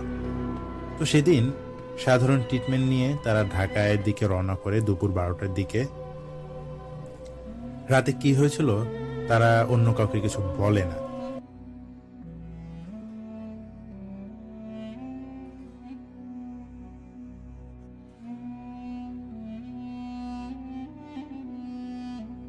জানানো হয়েছিল কোথাও তাকে খুঁজে না পেয়ে আশিকের মা আবার সেই কবিরাজের কাছে যায়। তো এবার কবিরাজ এমন কিছু করে যার মাধ্যমে আশিক আবার বাসায় ফিরে আসে। কিন্তু আশিক তার আচরণে ব্যাপক পরিবর্তন আসে। আশিক প্রতি রাতেই ভয় পেয়ে চিৎকার করে কান্না করতে থাকে। সে কিছু খায় না, দিনের বেলায় কিছুটা ঘুমায়, রাতে সে চোখ বুঝতেই পারে না। সে রাতে ঘুমালে স্বপ্ন দেখে যে কয়েকজন লোক লাশের খাটিয়া নিয়ে আসে তাকে নিয়ে যাওয়ার জন্য, আর তাদের মধ্যে যে লিডার থাকে সে হচ্ছে সেই কবিরাজ। একদিন রাতে আশিক ঘুম থেকে উঠে তার বাবা মার রুমে যায়। সে দা হাতে তার মায়ের গলার পাশে দাঁড়িয়ে থাকে, এমন ভাবে যে একটু নড়লেই কোপ দিয়ে বসবে। সে অপেক্ষা করছে কখন নড়বে। তো এমন সময় তার বাবা ঘুম ভেঙে যায়, আশিককে দেখে যে তার মার মাথার দিকে দাঁড়িয়ে আছে দা নিয়ে, তার অন্যদিকে কোনো খেয়াল নেই। তখন তার বাবা দৌড়ে এসে আশিককে ধরে ফেলে। আশিক তার বাবাকে খুব বাজে ভাষায় গালাগালি করতে থাকে। সে আগে কখনো এমনটা করে নাই। তার বাবা জানতে চায় যে এখানে কিভাবে আসলো। তার বাবা এবার বেশ চিন্তিত হয়ে পড়ে, যে নিজেকে দোষ দিতে থাকে। সেদিন যদি তার ছেলেকে এভাবে না মারতো তাহলে হয়তো আজ এমন কিছু হতো না। তার বাবা তাকে সূরা পড়ে ফু দেয়, পরা পানি খাওয়ায়। এভাবে 2 দিন ভালোই যায়। এরপর একদিন সে নিজের রুমে মাঝরাতে সিলিং এর সাথে দড়ি ঝুলিয়ে দেয়। এটা জানালা দিয়ে তার বাবা দেখছিল। সে বিছানায় দাঁড়িয়ে ফাঁসির মতো করে। পেঁচানো অংশটুকু গলায় পড়ে টুলের উপর দাঁড়িয়ে পা এমন ভাবে নাড়াচ্ছে যে পিছলে গেলেই টুল থেকে পড়ে যাবে, আশিক ফাঁসিতে ঝুলে যাবে। তার বাবা এই দৃশ্য দেখে আতঙ্কে চিৎকার করে ওঠে। দরজায় জোরে জোরে আঘাত করতে থাকে, কিন্তু খুলতে পারে না। সে লাথির পর লাথি মারে, তো একটা সময় গিয়ে দরজার খিল ভেঙে যায়। সে ভেতরে গিয়ে দেখে আশিক ঘুমোচ্ছে, ফ্যানের সাথে কোনো দড়ি নেই, বিছানায় টুলও নেই, এমনকি তার গায়ের পোশাকটাও ভিন্ন। তো সকালে আশিকের বাবা এক হুজুরের সাথে কথা বলেন। হুজুর বলেন যে তিনি আজ যেতে পারবে না, তিনি একটু পানি পড়া দিয়ে দেন আর কিছু নিয়ম বলে দেন যেন আজ থেকে এসব শুরু করেন। তা আগামীকাল হুজুর এসে দেখে যাবে। হুজুর আর পরের দিন আর আসতে পারেনি। তারা হুজুরের কাছেও আর যায় না। হুজুর যে নিয়মগুলো মানতে বলেছিল তাও আর মানে না। তো মাঝে অন্য একজন হুজুরও দেখান, কিন্তু কাজ হয়নি। তো কিছুদিন পর আবারও আগের হুজুরের কাছেই যান। হুজুর বলেন যে পরের দিন আশিককে তার কাছে নিয়ে যেতে। মাগরিবের নামাজের পর মসজিদে বসে আশিককে দেখবেন হুজুর। পরের দিন আশিকের বাবা তাকে একটা সিএনজি করে বিকেলে মাগরিবের কিছুক্ষণ আগে হুজুরের কাছে নিয়ে যাচ্ছিল। তো মাঝপথে যেতেই মাগরিবের আজান শুরু হয়। আজানের সাথে সাথে আশিক ছটফট শুরু করে, খুব অস্থির হয়ে যায়। একটা সময় তার বাবাকে ধাক্কা দিয়ে এক পাশে সরিয়ে দেয়, আর আশিক চলন্ত সিএনজি থেকে লাফ দিয়ে রাস্তায় পড়ে যায়। অনেকটা রাস্তা ছেঁচড়ে যায় আশিক, তার সমস্ত শরীর ছিন্ন ভিন্ন হয়ে যায়। ভাগ্য ভালো ছিল তখন রাস্তার এক পাশে তেমন গাড়ি ছিল না। আশিকের বাবা তার ছেলের রক্তাক্ত শরীরটা নিয়ে জোরে জোরে চিৎকার করে আল্লাহকে বলছে, আল্লাহ আমার ছেলেকে বাঁচাও। তখন তারা আশিকের এই ছিন্নভিন্ন শরীর নিয়ে হাসপাতালে যায়। আশিকের অবস্থা খুব খারাপ হয়ে যায়, বাঁচার কোনো সুযোগ ছিল না। কিন্তু আল্লাহর রহমতে আশিক বেঁচে যায়। তার বাম হাতের শেষের 3টা আঙুল কেটে ফেলতে হয়। প্রায় 1 মাস আশিককে হাসপাতালে রাখতে হয়। এরপর তার ট্রিটমেন্ট চলে বাসায়। কিছুদিন পর হুজুর আশিকের বাসায় আসে তাকে দেখতে। তিনি বলেন এ ঘরে যেন আশিককে না রাখা হয়, সমস্যা আছে। হুজুর কিছু কাজ করে বাসায় চলে যায় সেদিন। এতে করে আশিক বেশ কিছুদিন সুস্থ থাকে। সমস্যা আবার শুরু হয় 1.5 মাস পর। আশিক খাবার খায় না, সে টানা 3-4 দিন কারোর সঙ্গে কথাও বলে না। হুজুর যে রুমে থাকতে মানা করেছিল আশিক সেই রুমেই আছে এখন। ধীরে ধীরে আশিকের চেহারা শরীর সব ভেঙে যেতে থাকে। সে মাঝে মাঝে কাঁচা দুধ খায়। তার বাবা অনেক বাজার করে, কোনো কিছুই সে খায় না। তো একদিন সন্ধ্যায় তার বাবা বাজার থেকে গরুর মাংস নিয়ে আসে। আশিক মাংসের প্যাকেটটা নিয়ে এক দৌড়ে চলে যায় নিজের ঘরে। সে খাটের নিচে ঢুকে কাঁচা মাংস চাবাতে থাকে। লেগে থাকা রক্তগুলো জিভ দিয়ে চেটে চেটে খাচ্ছে। মনে হচ্ছে তার খুব আনন্দ হচ্ছে। তার বাবা যখন খাটের নিচ থেকে আশিককে টেনে বের করে, তখন অন্ধকারে হালকা আলো আধারিতে দেখছিল যে আশিকের চোখ লাল হয়ে জ্বলজ্বল করছে। সে তার বাবাকে একটা ধাক্কা দিয়ে ফেলে দেয় এবং সাথে সাথে মাংস নিয়ে দৌড়ে ঘরের বাইরে চলে যায়। তার মা পাশের বাসার লোকজনদের নিয়ে আশিককে খুঁজতে যায়, সাথে তার বাবাও থাকে। বাড়ি থেকে বেশ খানিকটা দূরে একটা ডাস্টবিন, সেখানে আশিক কুকুরের মতো বসে গরুর মাংসগুলো কাঁচা চাবিয়ে খাচ্ছে। তার সাথে আরো 2টা কুকুরও আছে। আশিক নিজের হাতে সেই কুকুরগুলোকে খাওয়াচ্ছে। তো টর্চের আলো যখন তার উপর পড়ে, আশিক ঠিক কুকুরের মতো একটা লাফ দিয়ে সেই ডাস্টবিনের উল্টো দিকে দৌড়ে পালিয়ে যায়। তারা আশিকের পিছে পিছে যেতে থাকে, কিন্তু সবার চোখের সামনে থেকে অদৃশ্য হয়ে যায় আশিক। তাকে আর খুঁজেই পায় না। এভাবে 1 দিন পার হয়, 2 দিন পার হয়, তাকে আর পায় না। পরের দিন রাতে আশিকের মা স্বপ্ন দেখে যে আশিক একটা কবরে শোয়ানো, তাকে কাফনের কাপড় পেঁচিয়ে শুয়ে রাখা হয়েছে কবরে। আর তার পাশ থেকে একটা শয়তানি কণ্ঠে সেই কবিরাজ বলতেছে যে তোর ছেলের লাশ দেখ, তোকে তো বলছিলাম যে ওকে আমাকে দিতে, আমাকে তো দিলি না, নে এবার লাশ নে, দাঁড়া দেখ তোর ছেলের কবরে কত কি দেই। এটা বলে সে একটা কালো ব্যাগ, যা দড়ি দিয়ে বাঁধা, তার মুখ খুলে দেয়, আর সেখান থেকে লম্বা লম্বা কালো সাপ ঝুলে ঝুলে পড়ছে আশিকের লাশের উপর। সেই সাপ এমন ভাবে পেঁচিয়ে ধরছে আশিককে, তার হাড়গোড় যেন সব ভেঙে ফেলছে। স্বপ্নতেই আশিকের চিৎকার শুনতে পায় আশিকের মা। সেদিন সকালে আশিকের বাবা আবারও হুজুরের কাছে যায়। হুজুর বলেন যে, আপনার ছেলেকে এই ঘরে রাখতে বারণ করছিলাম, আপনি তো শোনেন নাই। তো এবার আসি হুজুরের পর্বে। এই হুজুর হলেন হায়দার আলী হুজুর। তিনি মাত্রই লেখাপড়া শেষ করে এখানে তার জীবনের প্রথম ইমাম হিসেবে নিযুক্ত হন।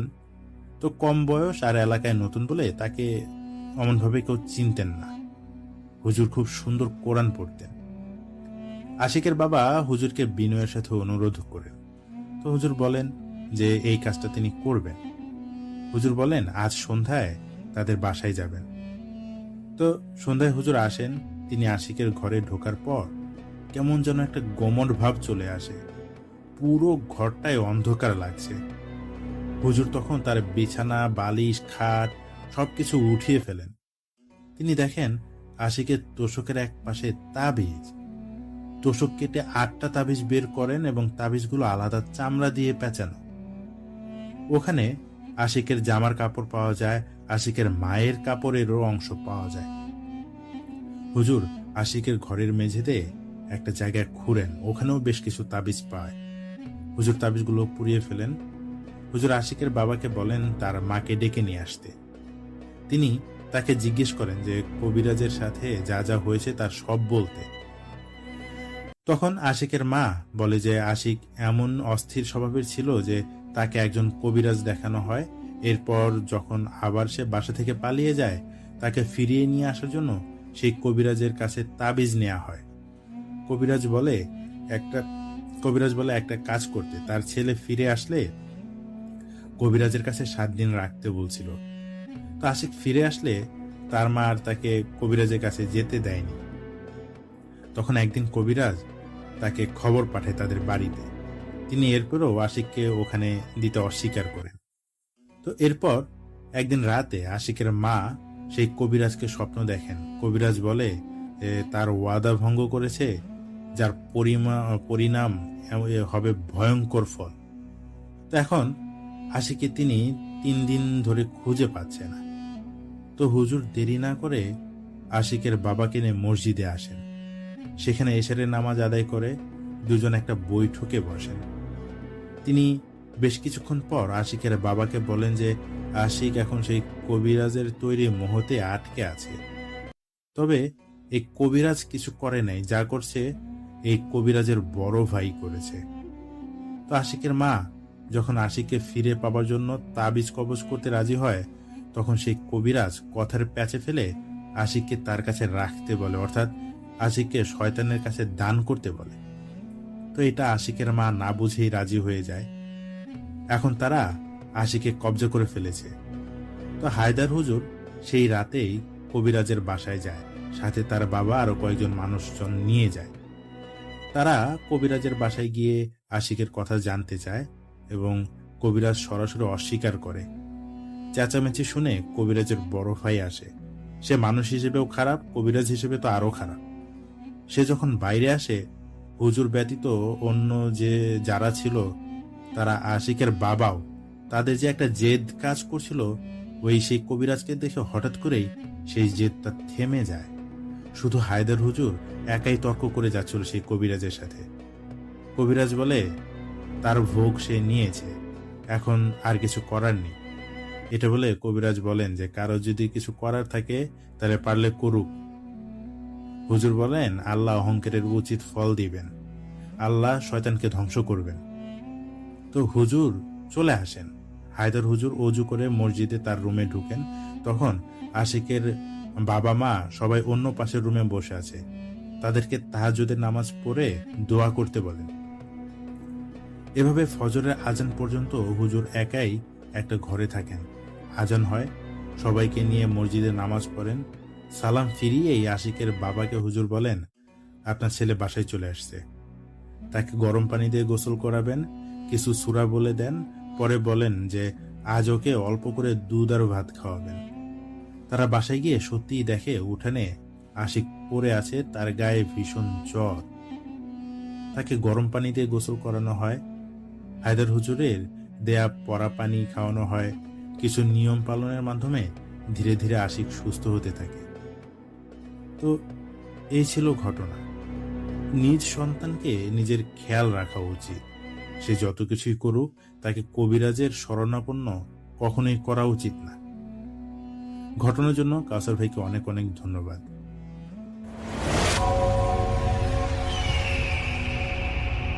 হ্যালো লিসেনার্স, আশা করি ঘটনাগুলো আপনাদের ভালো লেগেছে। আমি চেষ্টা করেছি বাছাই করে ঘটনাগুলো আপনাদের মাঝে শেয়ার করার। আমি প্রতিদিনই ঘটনাগুলো বাছাই করে আপনাদের মাঝে একটি করে এপিসোড শেয়ার করার চেষ্টা করি। যদি আমার ঘটনাগুলো একটু ভালো লাগে তাহলে অবশ্যই এই চ্যানেলটি সাবস্ক্রাইব করবেন। আর আপনারা কোথা থেকে এই ঘটনাগুলো শুনতেছেন যদি আপনাদের ঠিকানাগুলো জানান তাহলে আমি অনেক কৃতজ্ঞ হব। তাহলে আমি বুঝতে পারবো যে আপনারা কোথা থেকে কে কোথা থেকে শুনতেছেন। এছাড়াও আপনাদের মাঝে যদি কোনো ঘটনা থেকে থাকে তাহলে অবশ্যই আমাদের ইমেলে দেওয়া ঠিকানায় ঘটনাটা পাঠাবেন। তাহলে নেক্সট এপিসোডে ঘটনা আপনার সেই ঘটনাটা আমরা রাসেল ভাইয়ের মাধ্যমে অথবা আমরা নিজেরা পড়ে শোনাবো। তো ভালো থাকবেন, সুস্থ থাকবেন, এই প্রত্যাশায় আজকের মতো বিদায় নিচ্ছি। আল্লাহ হাফেজ।